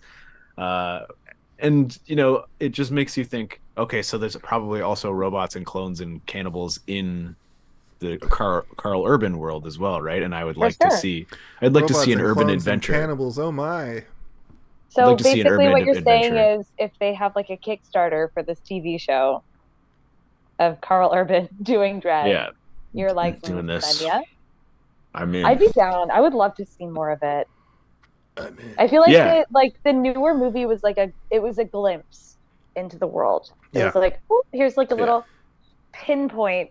I think that's what it was meant to be, and they were hoping that they were creating it's like another pilot, like a full pilot that they could backdoor a pilot out of. But I mean, like, that's not to say that it's bad, because it's great. No. Like, it's so good. They went out to make a cool, fun movie, and they did. I just wish that more people went to go see it, because it's very would good. Probably have 3 or 4 of them by now. So we had mentioned last night that like it might be a problem to make a movie like this because any propaganda stuff that gets made is obviously it's hard. It's hard to do. It's not great. Even like a beloved show like Brooklyn Nine-Nine, when you watch it, like when you go back and kind of look at it with that lens now, you're like, oh, this was the play when the show started, but it's not. We don't want a sitcom about police now. Which is what they had. They had a really hard time with that in the later seasons, right? Of being like, I don't even think we can do the show anymore because after not like funny. It's not funny. When it came back to end after like, Black Lives fucking matter and all this stuff in New York and COVID and everything, it's you like just say what? I don't know. You said that very aggressively. They do. I mean, they do. Yeah, it's of course. Hard. I'm saying it's hard to show police in like a good light. No, you can't. Even you can't. It's not like broken. It's so broken. Yeah, I don't know if this is the venue for us to discuss this because it's a little bit too heavy. You're right. This is a fun podcast, but as far as it is a fun podcast, but I think it is like it reflects in both of these movies how different the world's opinion and I think also learning more about what's around us has changed. Yeah, I think it's the fact it's not that this shining gold medal like I am the savior of everything and I am the law. We get like we can't see it in this time like that anymore. I think I'm also kind of like that. I'm a little triggered on it right now because of the stuff that's happened this week. I'm kind of like I don't even want to talk about this because it's making me feel like hot and like ugh, I hate this so much. I'm with you on that. It's not getting better, and that's the thing too. With the show though, they could take this opportunity to either amalgamate both of the movies and show that, you know, the judge system is kind of ridiculous because they're police and show how ridiculous it all is. Or what they do is just go to the comic, the source, and just do straight up stories from the comics. Yeah, and I mean... also tough because I haven't read the comic, so I don't know kind of how much we're actually dealing with in the movie versions. Obviously, like there's influence for sure. There's a comic. I can't tell what levels are in the comic books themselves. I was looking through some when I was trying to figure out like how much of the first Judge Dredd movie like covers the comics because of the showing so many different ideas. I found a cover from one of the Judge Dredd comics that's Judge Dredd versus the Fatties. And then it has 2 horrible pictures of giant fat people. Like Jack Black's character from the fake movie in Tropic Thunder? Or just like Shallow Hal. So I feel like it might have a lot of that 80s comic book inappropriateness to it, I think the original is like satirical. It's meant to be just like goofy stuff. It reminded me a lot of whenever I would see it in the comic book shop, it kind of feels like a story you would read in like heavy metal. Yeah. Yeah, it is difficult, like we've been saying, because you know everything that we would consider good now is being hypercritical of police order, and which is good because you know as a society now we're at least attempting to hold people accountable for shitty actions. But it's hard to try and tell a story with a character like Judge Dredd now, and it's probably going to take even longer. From what's been happening in the last like 3-4 years to be able to tell another Judge Dredd story without it immediately being put under some sort of microscope and compared to what the actual climate of today is. I think either way, a gun-toting police officer who like dishes out hard justice, it won't on play. The fly. Yeah. because and it's that's a the little thing. too Like, real. I think in the original kind of context, from what I understand of Judge Dredd in itself, it is a little bit camp. Like, it's obviously like, gritty, violent, whatever, but there is kind of a bit of a silliness to it. Yeah. And I think, again, like if you were to do a television show right now with Dredd, there is no funny in that. Judge Dredd would have to be seen as like, what comment are you making right now? It would And also, I hope yeah, it's the right one. Well, I mean, if you even just You look don't at get Judge the Dredd, camp. just look at Judge Dredd for 5 seconds. Yeah. He He's is camp. ridiculous. Like, he has giant golden shoulder pads, one of which love is an it. eagle. Yeah. Like, it's they live in they do their judging out of an eagle-shaped building in both It's ridiculous. iterations. Well, But no, I the love urban that one aspect just of has it. like a Yeah, but laser still. hawk on the front.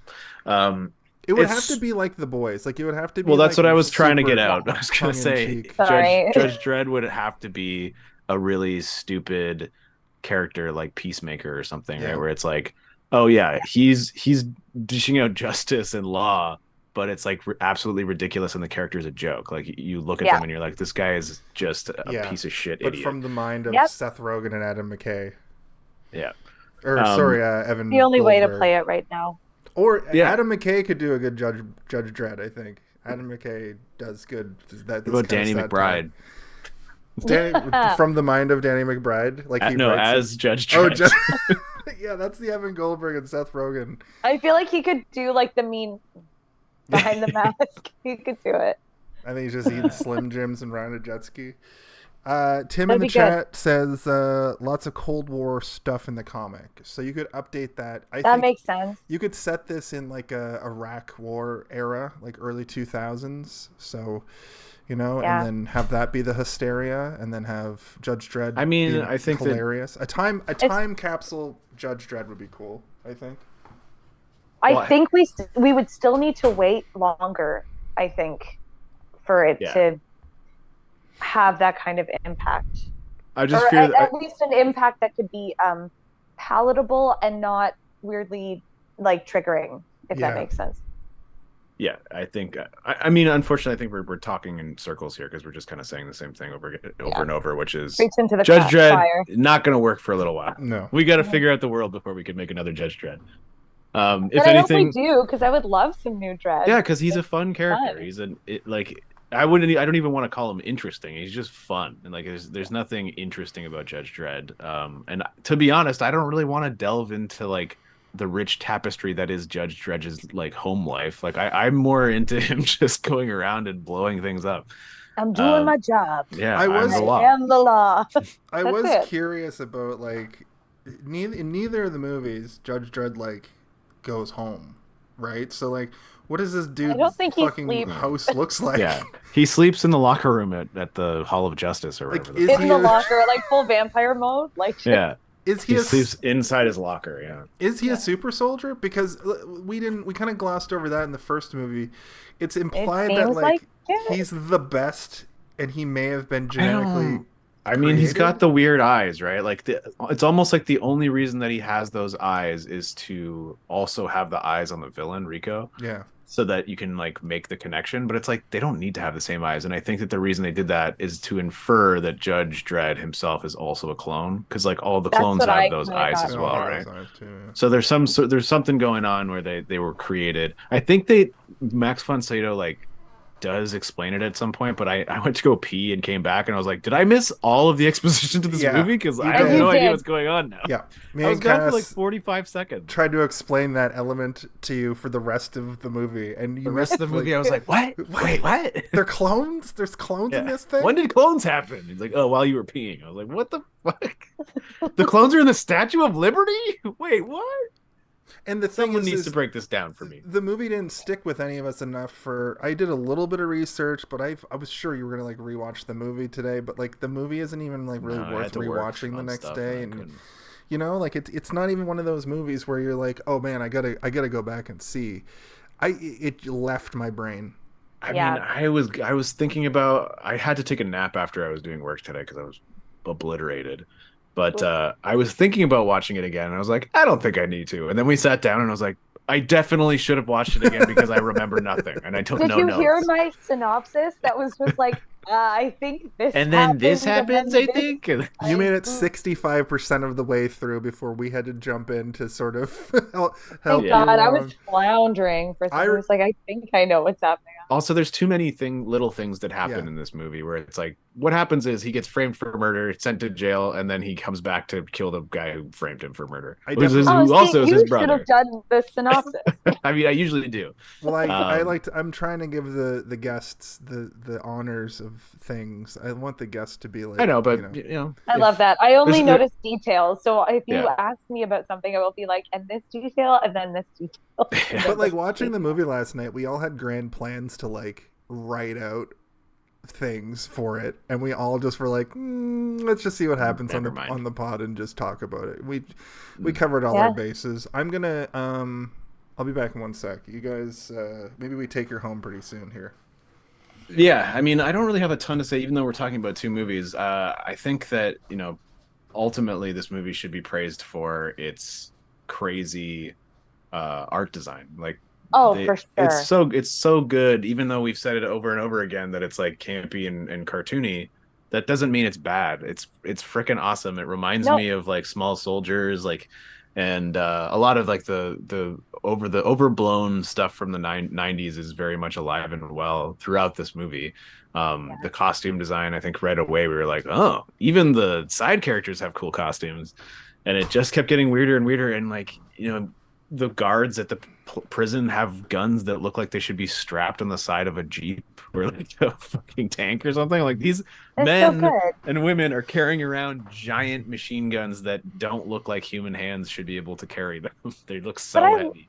I love that though. And I feel like maybe when I say it, it seems like it's a negative kind of thing. When I say camp, some people would be like, oh, so it's like, it's dumb or like I shouldn't watch it.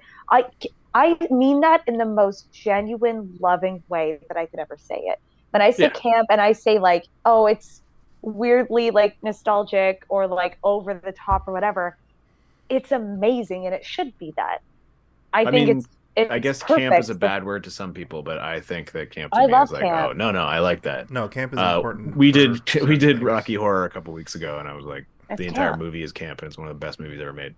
Yeah, you need that whimsical silliness to just kind of like that whole forget about the world for a second.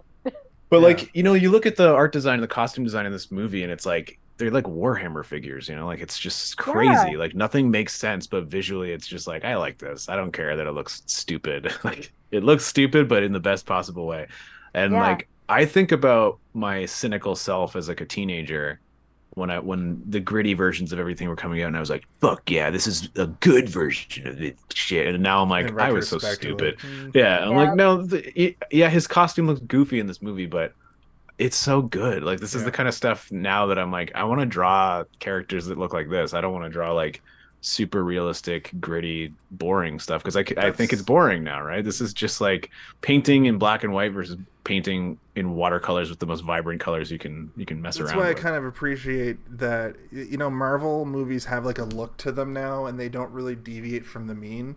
But when you watch DC, DC fucking goes all over the spectrum like they do with their like animated movies. They have like a Shazam for the kids.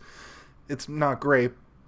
You know, Shazams are better, you know, but then you have like a Wonder Woman, which feels like a Marvel movie, but then you have like Aquaman, and it's just like a colorful, like weird thing. And then you have like the Batmans that like they made, or sorry, the Batman, which is like the grittiest thing you've ever seen. And then you have like Batman versus Superman, which is like they made Superman gritty for some reason, but you know, it's entertaining. And then like the Justice League, there's two different versions of the Justice League, you know, like. Yeah, we all know that DC is suffering from dissociative identity disorder. Yes. Okay, you don't need to keep pointing it out. They have object impermanence, and it shows. But I don't know. I like that. I'd rather see something different, and like maybe it fails or it does badly. But I'd rather you take a chance and completely shift than do the same thing over and over again and just like cash money it the whole way. And then it becomes boring. And I'm like, oh, but I love that at the beginning. And now it sucks. I That's think kind of how also I feel it's about Marvel. It's like, okay, it's oversaturated. It's the same thing. I'm seeing the same shit over and give over me again. something new. And I even when they try don't and want give to me see the something new, I'm pattern. like, it's the same. Get it away. I don't like Yep, it. which Um, is really sad. I think I it's was also like, disappointed in the fact that like I saw the new Guardians and I was like, you know what? I think I'm legitimately burnt out on these movies. I can't connect to them emotionally anymore. And like I was expecting to be in tears or whatever throughout, and I was just like, it's not there anymore. My cold heart has been doused in like ice. Like, I That's just fair, can't man. But honestly, like Yeah. can't do it anymore. that's my cereal. You know, that's the cereal that I want to see every little bit of, and I eat it all up. You know, I love that. I mean, I still watch them. I'm just burnt like out on. I just don't care to watch them immediately anymore, and I have absolutely no concern about spoilers. And I just don't like. I'm like, yeah, spoil me. I don't give a shit. I don't care about spoilers for like Let the me DC guess, and then I like. movies. I'm kind of No, I burnt know, out but Say on the that. entire plot. I swear this has happened before. Where I'm like, let me guess, and then I ask Jason what I think is going to happen in the movie, and Jason's like, that's pretty much exactly what happens in the Yeah, movie. you're just I'm like, I know the yeah. pattern. I know the formula now. I know I think exactly how. it was Ant-Man, Quantumania. You And did Ant-Man is that. bananas, and I still was like, and then a bunch of ants probably show up at the end, right? It's like, yeah, You're like, fuck, dang they it. do, yeah. But the thing is like it's just a. I grew up wanting to see all these things, and now I'm getting it, and I'm not experiencing. I get why people are experiencing that burnout and that fatigue. I'm just not specifically for Marvel. I haven't seen all the DC movies. Like I haven't seen the second Shazam. I fucking wish I hadn't seen Black Adam, you know, or Wonder Woman. I've seen Black 84. Adam, but I haven't seen Black Adam. Exactly. I don't remember a second I of that zoned movie. out so hard. There's like there's movies that you're like supposed to see in theaters to like get anything out of, and Black Adam is one Yeah. of That them. sounds like they don't believe in their movie and they want you to go make some money. Yes. Yeah. Anyway, Go see it. I think also I noticed this today. This is a bit of a side story, but I swear it ties back. I was at Marshall's today with some of my coworkers on lunch, and we were looking at some like little fashion moments, and like 70s, 80s vibe is coming back. And we were looking at these clothes and we were like, wow, it's really cool how fashion kind of cycles through, where like you can Cyclical. keep something from like the 1990s, and if it still fits you by this time, it's still in fashion and it came back. And I feel like it's very similar in multiple facets of media and art and everything. You have the old school camp that was beloved. Everything got gritty, and that was beloved. And now everybody's bored of that, and they go right back to the originals, and they're like, wow, I didn't really appreciate this as much as I should have. It's just you have to kind of let the things die a bit to create new life, That's to then go back through the cycle. exactly why I brought up Hellboy with Steve, because the time between Dreads is much longer than the time between Hellboys. And I wanted to know if it still felt like it was in the same sort of world, or if it was a vast difference. And Steve, you kind of said it was kind of not as big a difference between the two, but still a big enough difference that you would notice it. well, like the Guillermo movies, Yeah, they have a particular feel because it's him. Well, yeah, and they have a particular feel. He has a way of shooting that makes everything feel like it's out of a storybook. And then the newer Hellboy, it felt like it was more set in the real world, which I don't want to see that. I want to see storybook version. Like the art style for Hellboy particularly is it's so it doesn't make sense in terms of reality, right? Like his proportions make no sense. The characters all look funky and crazy and weird. And then it's like you translate that to live action, and somehow he did it. And then in the new movie, they're trying to do it again, but it's just not succeeding in the same way. And it's the reason that it didn't do as well is, I think, because it wasn't a great movie. It wasn't terrible, like I said, but just didn't have that, like, when I saw the second Hellboy movie, I left and I was like, I can't wait for the third one. And then it just never got made. And I was like, no. And now it's been too long and no one wants to make it anymore. And I'm like, that's not great. Anyway, yeah, they don't feel like they exist in the same world is what I'm saying. They feel like they're two interpretations of, it's like Keaton Batman versus Nolan Batman. Yeah, okay. The finales of these two movies are like have vastly different messages too, you know, like the fist fight on top of a fucking, you know, in a clone lab in a Statue of Liberty versus like having Mama have her comeuppance by doing to her what she does to so many people is like sending Is a that message. justice? You know, is that justice or is it revenge? Those are very And what different. is the difference? Yeah. What is the difference, really? No. When you think about the justice system as what we have it as, what is the difference? I mean, at Well, least he's Judge Judy and executioner, so it's Judge up to him to make that choice. And we trust Judge Judy in all of her judgments. Yeah. Oh She my says- God, Judge Judy is the next Judge Dredd. That's Yeah. how they Right do now, I it. need to see We it. cracked the code. Judge Judy has to play Judge Dredd, and she has to wear all the Oh, she'd be armor. so good. she just calls people an idiot like a whole bunch. And Shut it's- up. She goes Yeah. in her room with a guy. Shut I up. am talking. I am talking. Yeah. Please. So good. Oh my Oh, God. we love Judy. Well, you know, we didn't squeeze these ones as hard as I thought we would because there wasn't a lot of juice in them. I know. Usually we talk for 3 hours. What's happening? We did. 3 I didn't hours have on time to Repo do Man, or Repo Man. Well, on that's 'cause Repo. That's because Cass knows everything to do with that. I didn't do a deep That's dive true. into the making of either of these movies. I'm sure there's plenty to talk about, but I didn't have time to do a lot of research today, so I apologize. But also both Same. of you have seen Dredd several times and don't have a whole lot of. Well, again, like I don't know a ton about the making of Dredd either. I like the I just movie and I've love seen it. it multiple times, but I haven't done like like if we were talking about Guillermo del Toro, I could talk all goddamn day, but Yeah. I don't even know who directed Dredd. Peter Actually, Travis. Let's look at Peter Travis's fucking track record right quick because Huh. I want to know what his vibe is. He hasn't made a ton. Pete Yeah, Travis. he's directed 19 things. A lot of it is TV. So See? Yeah. That's why he's. this is great at actually these the shots. only. This is the only movie I think that he's made. Yeah, everything Wow. else is TV. And then who's the director of who directed? Oh, Judge he made Dredd? Endgame as well, which Like- I've never seen. Oh, not Marvel's Endgame. Not the Avengers. Yeah, he Endgame. directed Endgame. You know, he's the that one who little said. movie. I can't even think of a single line from Endgame. I was gonna try and pull a nice quote, and I can't remember anything. Oh, here's something interesting. Danny Cannon is the Danny exec- Cannon, ding ding Is ding the- ding ding. My ding, favorite ding. of all time. Yeah. He's the executive producer of Gotham, and he's the executive producer of the failed Gotham Knights TV show. Oh wow, two horrible things. Hey, Gotham was Love fine, that.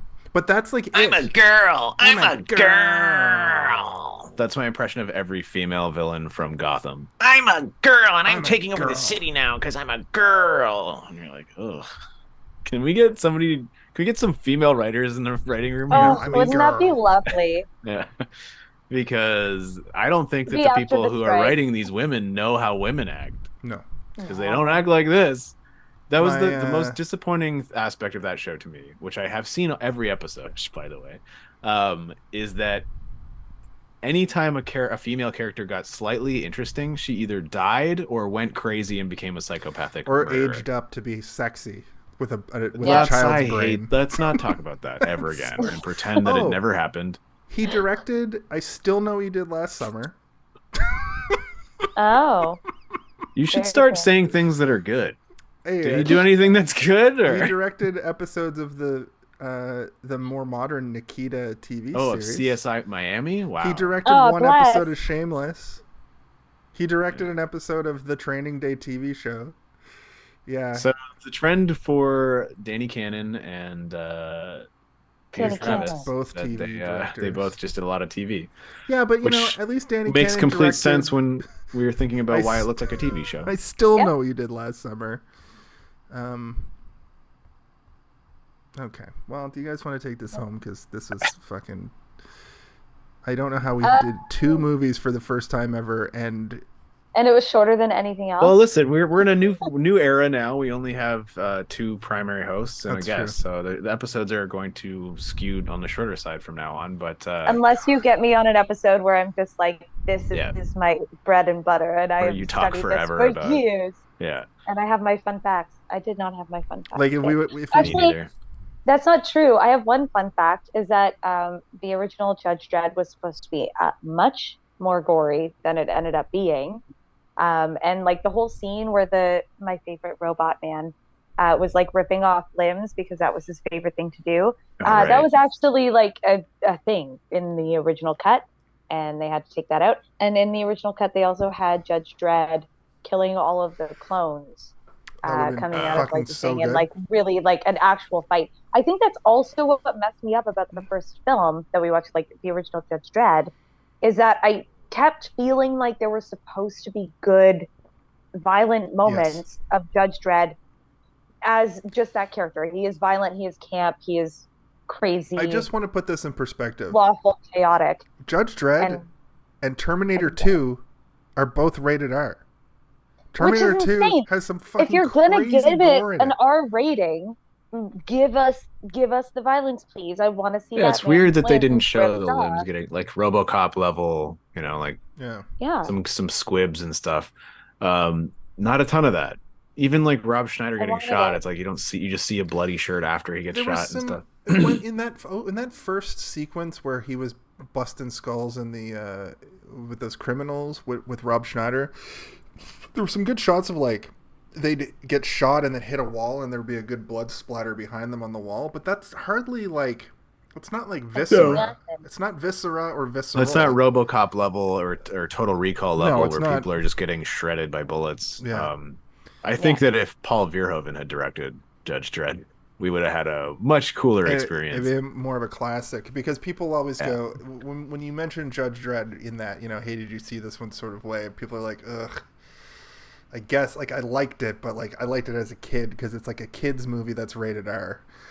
It seems to be, like, from what I understand and a little bit of research I got to do today before we filmed, it seems to be one of those movies that people either love it or they hate it, or they're right smack dab in the middle. And I feel like I'm right smack dab in the middle. Yeah. I can't fully figure out how I feel, but I know I loved a lot of it, and I know I hated a good amount of it.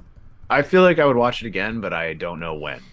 I don't know when I'll watch this again, but I would watch this again. Yeah, I had a good time. It would have to be with people. I don't think I would want to watch this movie by myself. Maybe when I'm like falling asleep, I would put it on just to have that sort of comforting, explosive music of Alan Silvestri of his 90s era. So good.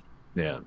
It's like, why? I just looked up, why is Judge Dredd rated R? I think it might have been hard for people to wrap their heads around, like, a police officer, like being a judge. Being violent? Yeah. That's how different it was then. Wow, maybe? that's crazy. What about RoboCop? I guess. Blowing people's heads off. I wonder if RoboCop was, like, almost, like, so sci-fi that people were like, that is so not related to us. I guess he's a robot. Yeah, he's not a human anymore. Except that's the whole point of RoboCop, is that he is still a human. He's Murphy. So it's Judge Dredd, but he has no emotions because that ought to be against the law. Judge Dredd is more of a robot than a robotic cop named RoboCop. Yep. There's a Wikipedia article I'm not going to like get into. I'm going to read the headline about, so take this with a grain of salt. But TIL, the 1995 film Judge Dredd, was recut and sent to the MPAA 5 times to get it from an NC-17 to an R rating. And Stallone wanted it to get cut down to a PG-13. And that's what I was reading. Okay. Yeah, the director had made a film, dark and satirical, like the source material, but Stallone thought it was supposed to be an action comedy. So we got this like Frankenstein of like dark concepts but in the action comedy packaging, because it is an action comedy. It's fucking Rob Schneider one-lining after Stallone one-lines. Like it's a comedy. I guess this is the difference between someone like Arnold Schwarzenegger and someone like Sylvester Stallone, is that Schwarzenegger will go into a movie like Total Recall where he's already at that star status level where he can make demands if he wants to, but he goes in and he trusts Paul Verhoeven to give him direction as a director, and he takes the direction and he acts in the way that he's being told to act. Whereas Sylvester Stallone will be like, "This is supposed to be funny. No, come on, he's a police officer who's a judge." Yeah. And you're like, okay. And I guess that's not great. You need to Yeah. work as a unit, a team, and like if the director is giving you direction, you're supposed to take it because that's their job. And if you're a producer or whatever, if you're the headlining actor, and just because you think you can doesn't necessarily mean you should. Because if the director has a vision and you're working against it, you're not going to end up on the other side of the tunnel with a good artistic product. You're going to have some, like you said, Jason, like a Frankenstein's monster of a bunch of concepts and ideas that don't work together. To play devil's advocate a little bit on that, though, it's like maybe if you do all the things you want to do and make Dredd, it skews the other way a little bit too much, where it's a little bit too like this is too gritty, like what you were saying earlier. Like it's I think that trust also has levity. To be earned, right? Like if It does. you look at the director who did Dredd, and you look at the stuff that he's done before. He's worked as a team on television shows a lot, where he's directing an episode of a show, which means that he has to working take with a whole new cast and like all new people and being like. But also okay, there'll be let's like go. a showrunner takes over and is in charge of all of the show as a so that's essentially the director of the directors, right? Is like the showrunner. So you're not even the one who has the full steam ahead vision. You're just part of a machine for a season of a television show. Yeah, it's crazy. It's like you look at any movie that has like a messy creation, and usually it doesn't end well for the movie. When you hear like, oh yeah, that was a mess, rarely does it come out the other end where it's like, oh, it actually works. It's also like a tricky thing too, because like as someone who is on the acting side, not the director side, I think there should be definitely a dialogue between actor and director and screenwriter. They should all be on the same page. And I think all of their voices should be heard within it. But at the end of the day, it's not about fighting the vision. It's about if you like have a moment, you are the character, you're playing the character. If something doesn't make sense, you should voice that and be like, why is this happening? And if of course. It's just for, if it shouldn't make sense, that's fine. Just tell me and I'll just go with it. Or maybe we can kind of finagle something and rework a moment, just like maybe act it slightly different. Right. I think it's a team effort, but the director is still the head of the project. Of course. A lot of the time, though, in my experience, like actors will be insular in terms of their character, and they'll have an idea of their character outside of the grand scheme of the story. So I always think of this story that I heard about Tommy Lee Jones working on the first Men in Black movie, and the director, the writer, they all had this vision for what Men in Black was meant to be, and Tommy Lee Jones just didn't get the concept. He's like, it's a comedy, so I have to be funny. So and he was like he was trying to be funny and wacky, and it was like it wasn't working. So they would let him do his shit, and then they would be like, okay, now do it just completely straight and boring and flat. And he would, and then at the end of the day, I think it was like the first week of shooting, they showed Tommy Lee Jones like, okay, this is what you were doing, and this is what we want you to do. And then Tommy Lee Jones was like, it's like that episode of It's Always Sunny in Philadelphia where like if slow pans on Frank and he's like, oh my god, I get it. He's like, it's way funnier when I'm like if I listen to you, what we're gonna get in the end will work. Yeah, exactly. Yeah, absolutely. So anyway, communication is key, but also know what you're getting into. And like it's also sometimes an actor will come to you with notes and it'll be something that you didn't even think of, and then you're like, yeah, let's try that. I didn't even consider that, and then there is a collaboration there. But also, like you if it's garbage, throw it out. Like that's fine, but like maybe let's try something. And if it's shitty, it's shitty. Well, I remember I was directing this short film like years and years ago, like 16 years ago now, and or 15 years ago. And this actor came to me with notes on his character, and it was like just wild shit that I was like, okay, no, like this is fucked. Like the character was just supposed to be like essentially like an assistant / bodyguard for like the main character of the movie. And he came to me with these notes that he had written like the night before, and I read it, and it was just like this crazy shit. He's like, the character is a torturer. I'm like, I don't think so. That's a different storyline. Yeah, what movie are you in, man? Yeah. I mean, like, I liked the ideas that he had, just not for Dwight's that character. Notes in the Fret Level Midnight where he wants to be a robot. Yeah, it's like, you're not a robot. Anyway, sorry. Yeah. Anyway, it's like, it can work, and then other times it's just like, this actor has gone off in some crazy direction that you never even thought possible, because it doesn't fit into the story. But yeah, collaboration, man. if you're not collaborating with your team, then you're basically working against each other and you're And sabotaging it's yourself. not going to work. No, and Dredd felt like it was a lot more collaborative, and Judge Dredd felt like a giant, like the Shoulder pad? the producers were all over that thing for sure. It was too many cooks in the kitchen, I think, Yeah. is what it was. It was just like the newer Dredd. Everybody was on the same page, it seemed like. Yeah. They were like, I know the vibe. I know what I'm like looking a at. I small know my job. Toronto production, so all the extras and shit probably all knew each other. Oh, and they were also amazing. The extras were amazing. But in the original, it was like, I think that there was just like a bunch of disjointed parts. And it's, I think, again, partially production and communication and egos getting in the way of each other and cramming in too many things at the same time. Those ideas were all really good. Like, that's the thing. I was like in and out of it because I was like, oh, that's really cool. And then you lost me a second later because now I can't follow. And as much I followed too much and I've now called the entire movie. As much as Judge Dredd was a vehicle for Stallone, it also was weirdly a vehicle for Rob Schneider to just do comedy chops the whole time. Yeah, you know, and it overshadows the actor who played Rico, Armand Assante or whatever. That ending scene when he was talking in front of like all the clone kind of tubes. He's got chops, man.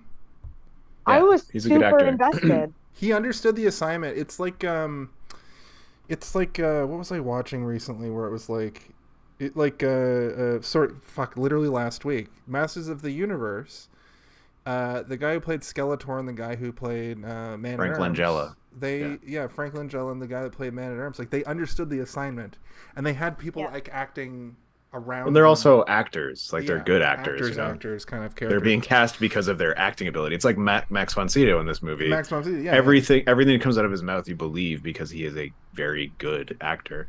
You're a storyteller at the end of the day. Yeah. Tell a story, and that's the job.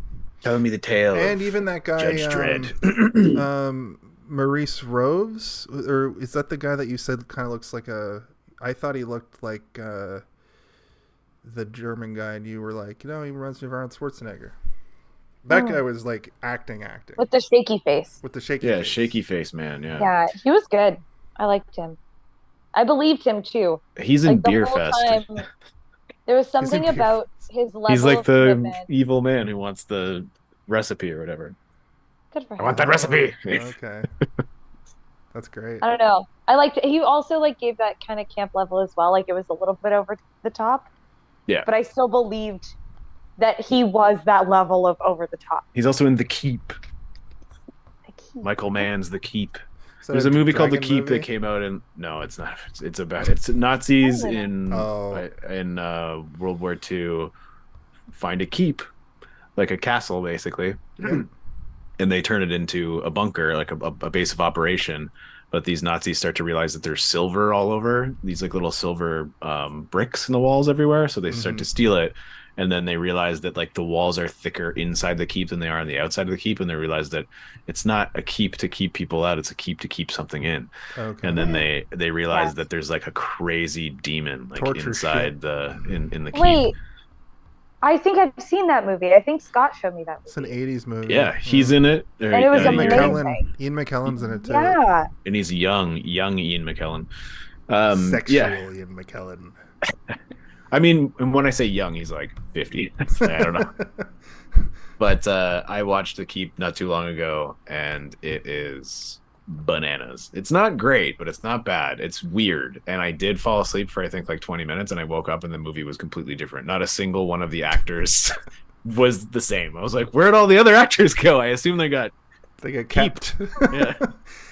Interestingly, it's interesting. You guys want to see something fun? I thought that Jurgen.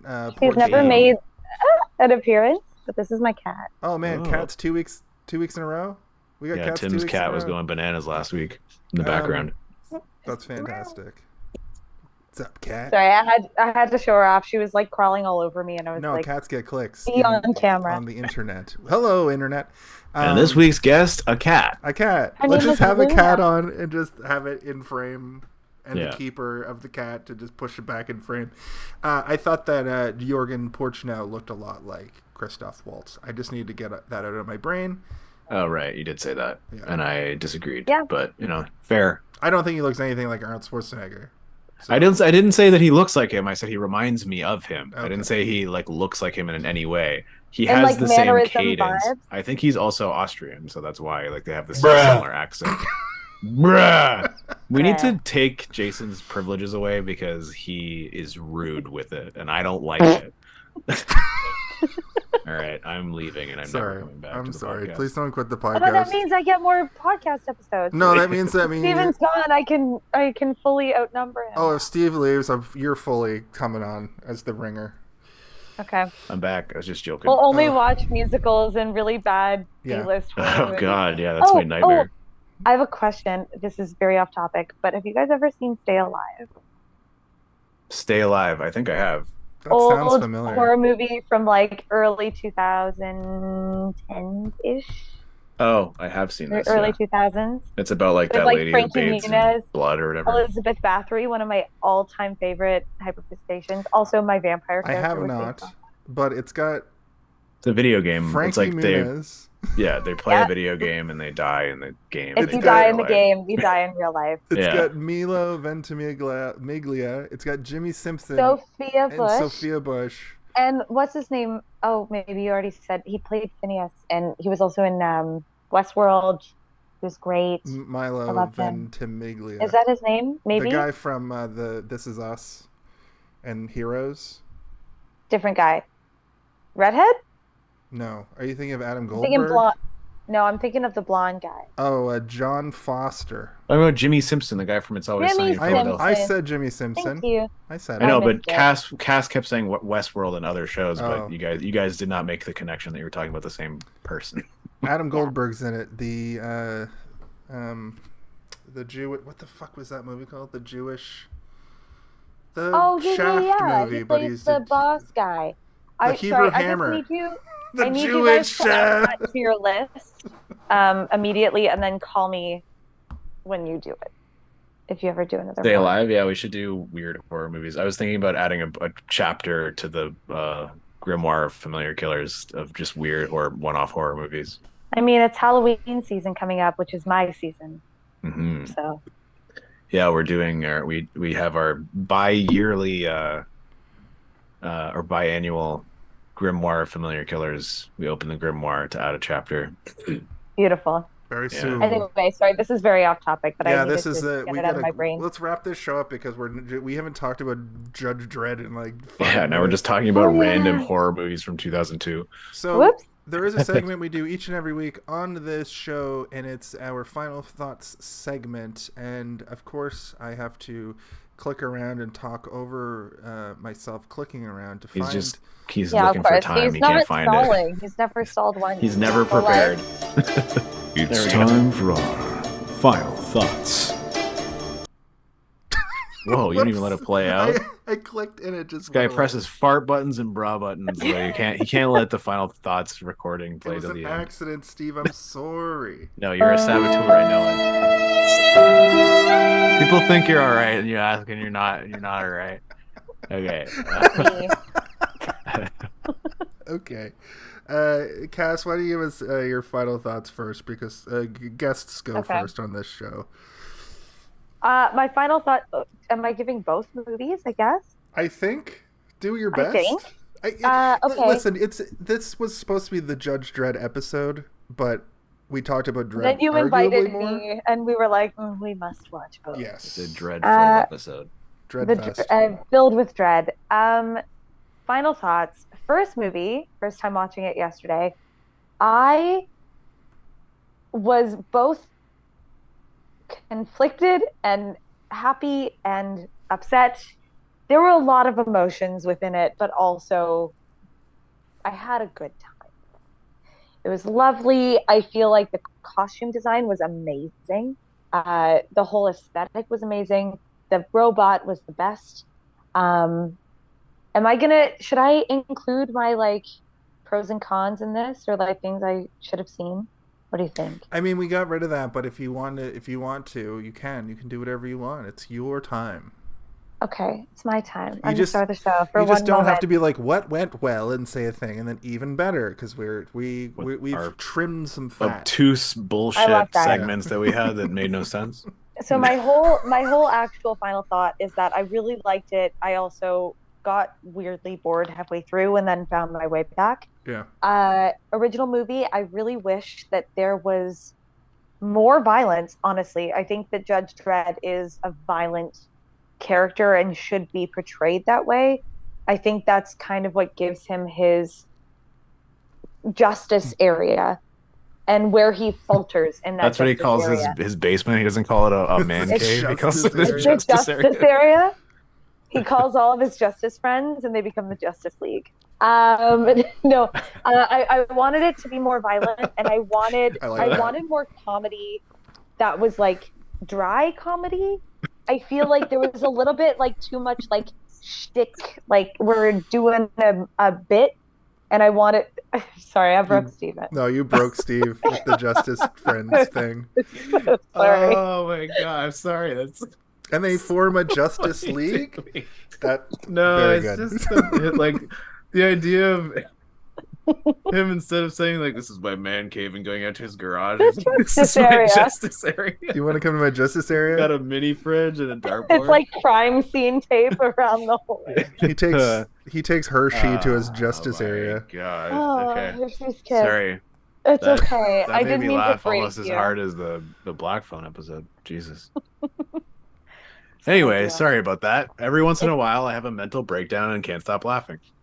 Yeah, that's joy. Actually, that's a good emotion to have. Or I'm just manic. Who knows? Maybe. Yeah. It's still joy, I think, at the end of the day. Manic joy. Manic joy. I'm sorry. Go ahead. No, I wish that I wish we had more violence. I wish we had more like dry humor. I think it was just too shticky. I felt like I was like watching a bit of an SNL almost like parody sometimes, which is fine. I loved it in The Fifth Element where it was like, oh, we get like full crazy comedy moments, but it was matched differently. I don't know. I had a good time. Second Dredd, which is my baby. Could it be better? Yes. Do I want it to change? No. I really liked that Dredd was not the lead.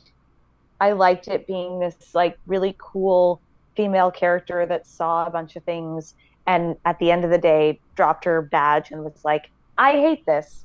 This is gross. I'm going to go do my own thing because whatever this is messed up. And I'm better than this. I actually have empathy and emotions, which ought to be outlawed. So, yeah. Final thoughts. More helmets. More violence. More comedy. Yeah, I always heard the I always heard the criticism of this movie was that he takes his helmet off. Yeah, but it makes sense in the context of the movie why he doesn't have his helmet. Like, but they had take to it away the from movie him. like that. They had to make for him. I understand, but within the context of him being arrested, which is the story of the movie, they wouldn't let him keep his helmet, and I don't think he would be finding like a bucket, like cutting a mouthful out of it. That would probably happen in the Seth Rogen version. Yeah, he feels so self-conscious when he's not wearing his helmet. He has to like turn other objects into a helmet. It's like when Daredevil has like the black costume in the Netflix series. Yeah. Clark Griswold came through and says, "I am the law." I am the law.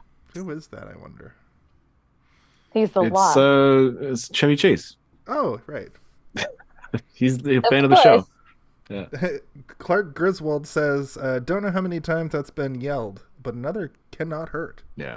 I didn't break the law. I am the law. I am the law. It's so good. What a lovely moment. And Tim says bucket 100%. Also, Tim earlier said Stallone in Guardians 3 was unintelligible, which I can kind of agree with. I forgot he's in it. I don't remember what he does. He's Gamora's homie. He's there? Gamora's I dad. know who he is, but I just don't remember like him, any lines that he says or anything, or else I'd be doing an impression of it right now. This is sorry, I don't mean to interrupt your any final thoughts, but doesn't Stallone have like a whole like It's fighting still or like technically your final karate thought. class thing that he I think- does? Isn't that? I think you're talking about Steven Seagal. No, it's a different. All of these people are the same in my brain. No. I don't think that he has a fighting class, but maybe he does. Maybe it is Seagal. Clark Griswold Anyway, says, never mind. I've definitely seen Steven Seagal Robert De Niro, Steven Seagal, in a karate getup, doing Sylvester flipping people Stallone. over his shoulder or whatever. Clark Griswold back with another great line. If I can understand Sly without subtitles, I riot. Yeah, I mean, I did turn the subtitles on last night. So I guess I'll go into my final thoughts Yeah, here. Cass, if Do you're, it up. that's what I was saying. Like, Cass, technically, you interrupted your own final thoughts with stuff. That's just the story of my ADHD brain, with your right there. Stallone I and interrupt De Niro myself are the all- same person brain Yep, somehow. but I will pass it off. Yeah, I mean, for me, I'll just be reiterating what I've said throughout the entirety of the show. I think that both of these movies are fun, and I think they're both worth a watch. The 95 version might not be your cup of tea, and the 2012 version might not be your cup of tea, but I do think there's a little bit in both for anybody.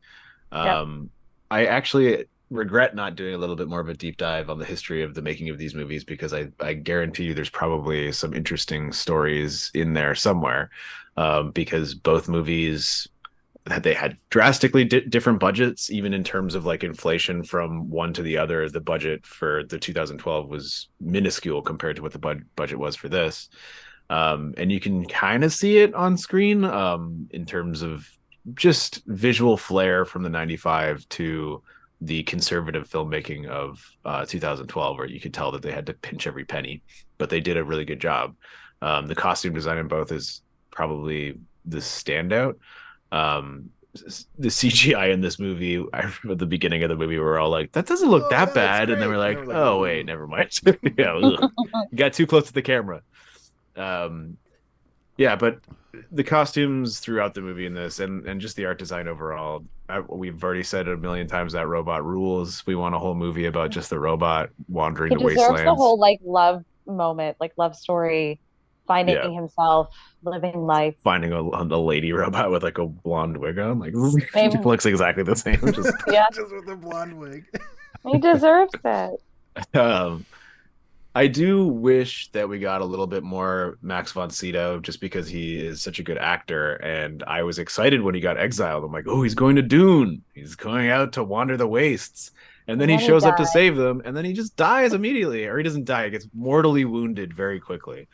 And you know, like, he's a judge too. He was probably trained in massive amounts of combat and was probably pretty good. So to just die like that was kind of bullshit. But at the same time, they needed to move along the story and continuously pack it out with a whole clone story that we're like, does it need to be this crazy? I don't know. Maybe it's getting too crazy. It's the Clone Wars. It's Yeah. Star Wars again.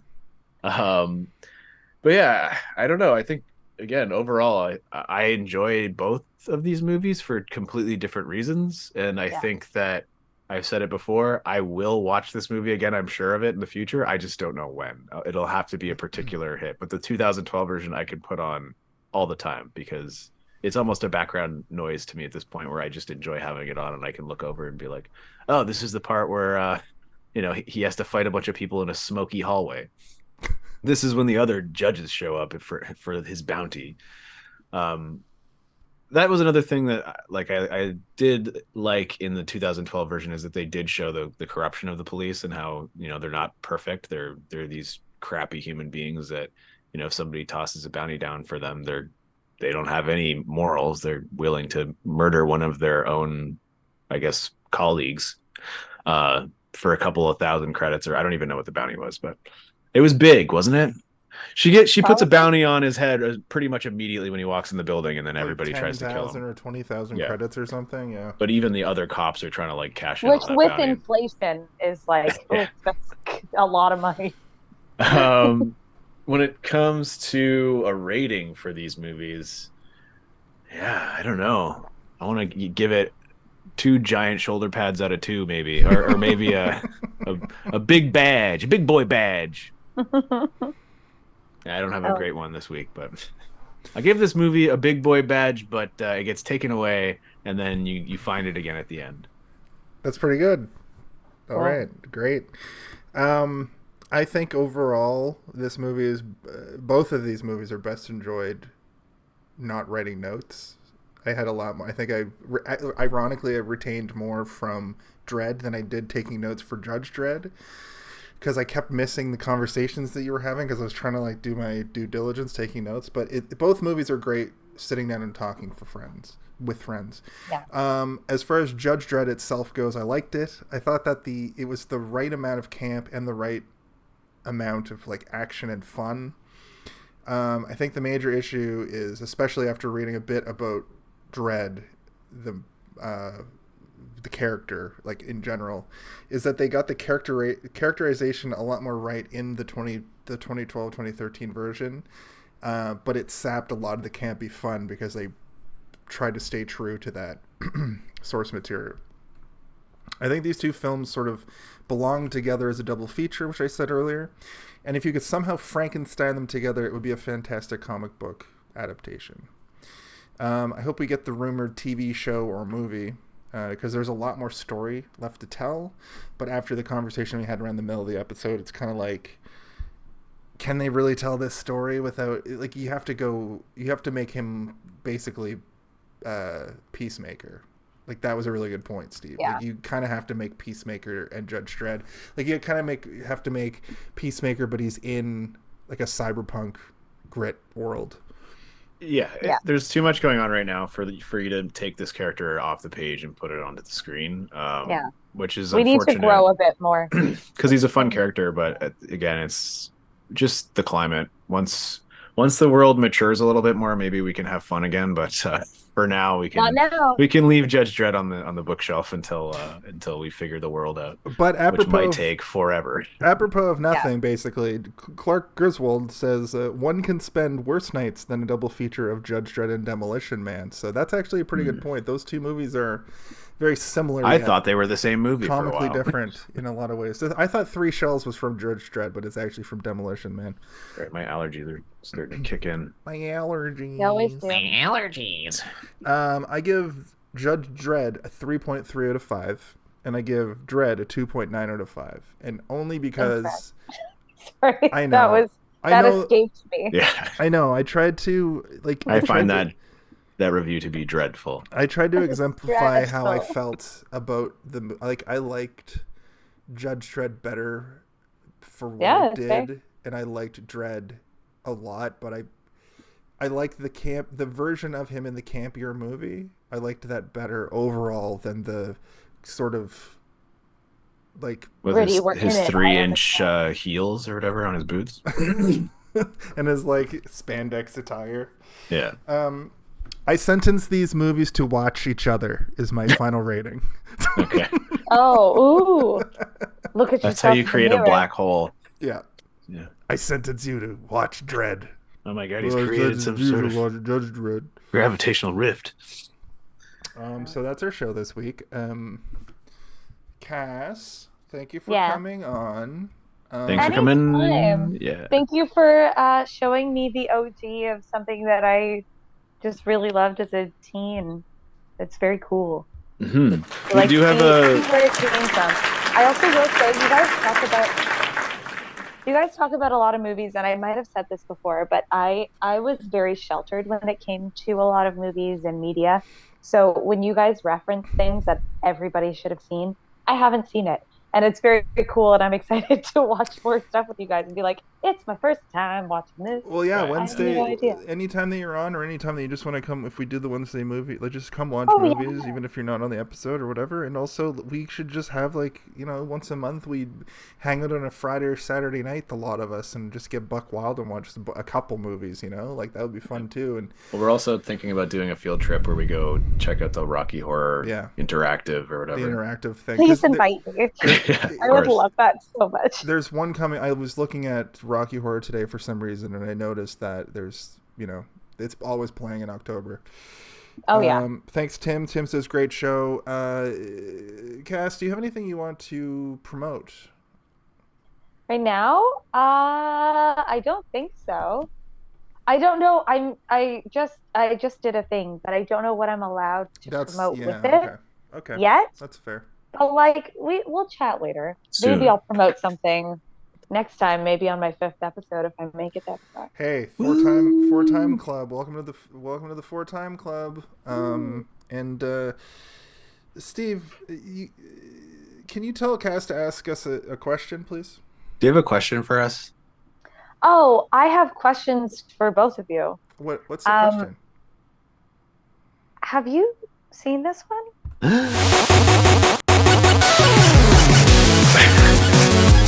that work out? Did I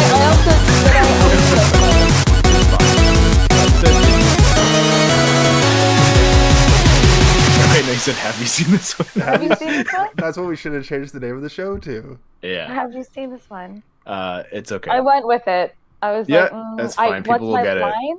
What's It's worse my if you line? say something like that at the beginning of the episode. Yeah. Yeah, that was good. That was a good episode. I was worried that we were going to talk forever because it was 2 movies, but I wouldn't mind doing another double feature at some point. Yeah. We should do Friday the 13th and the Friday the 13th remake.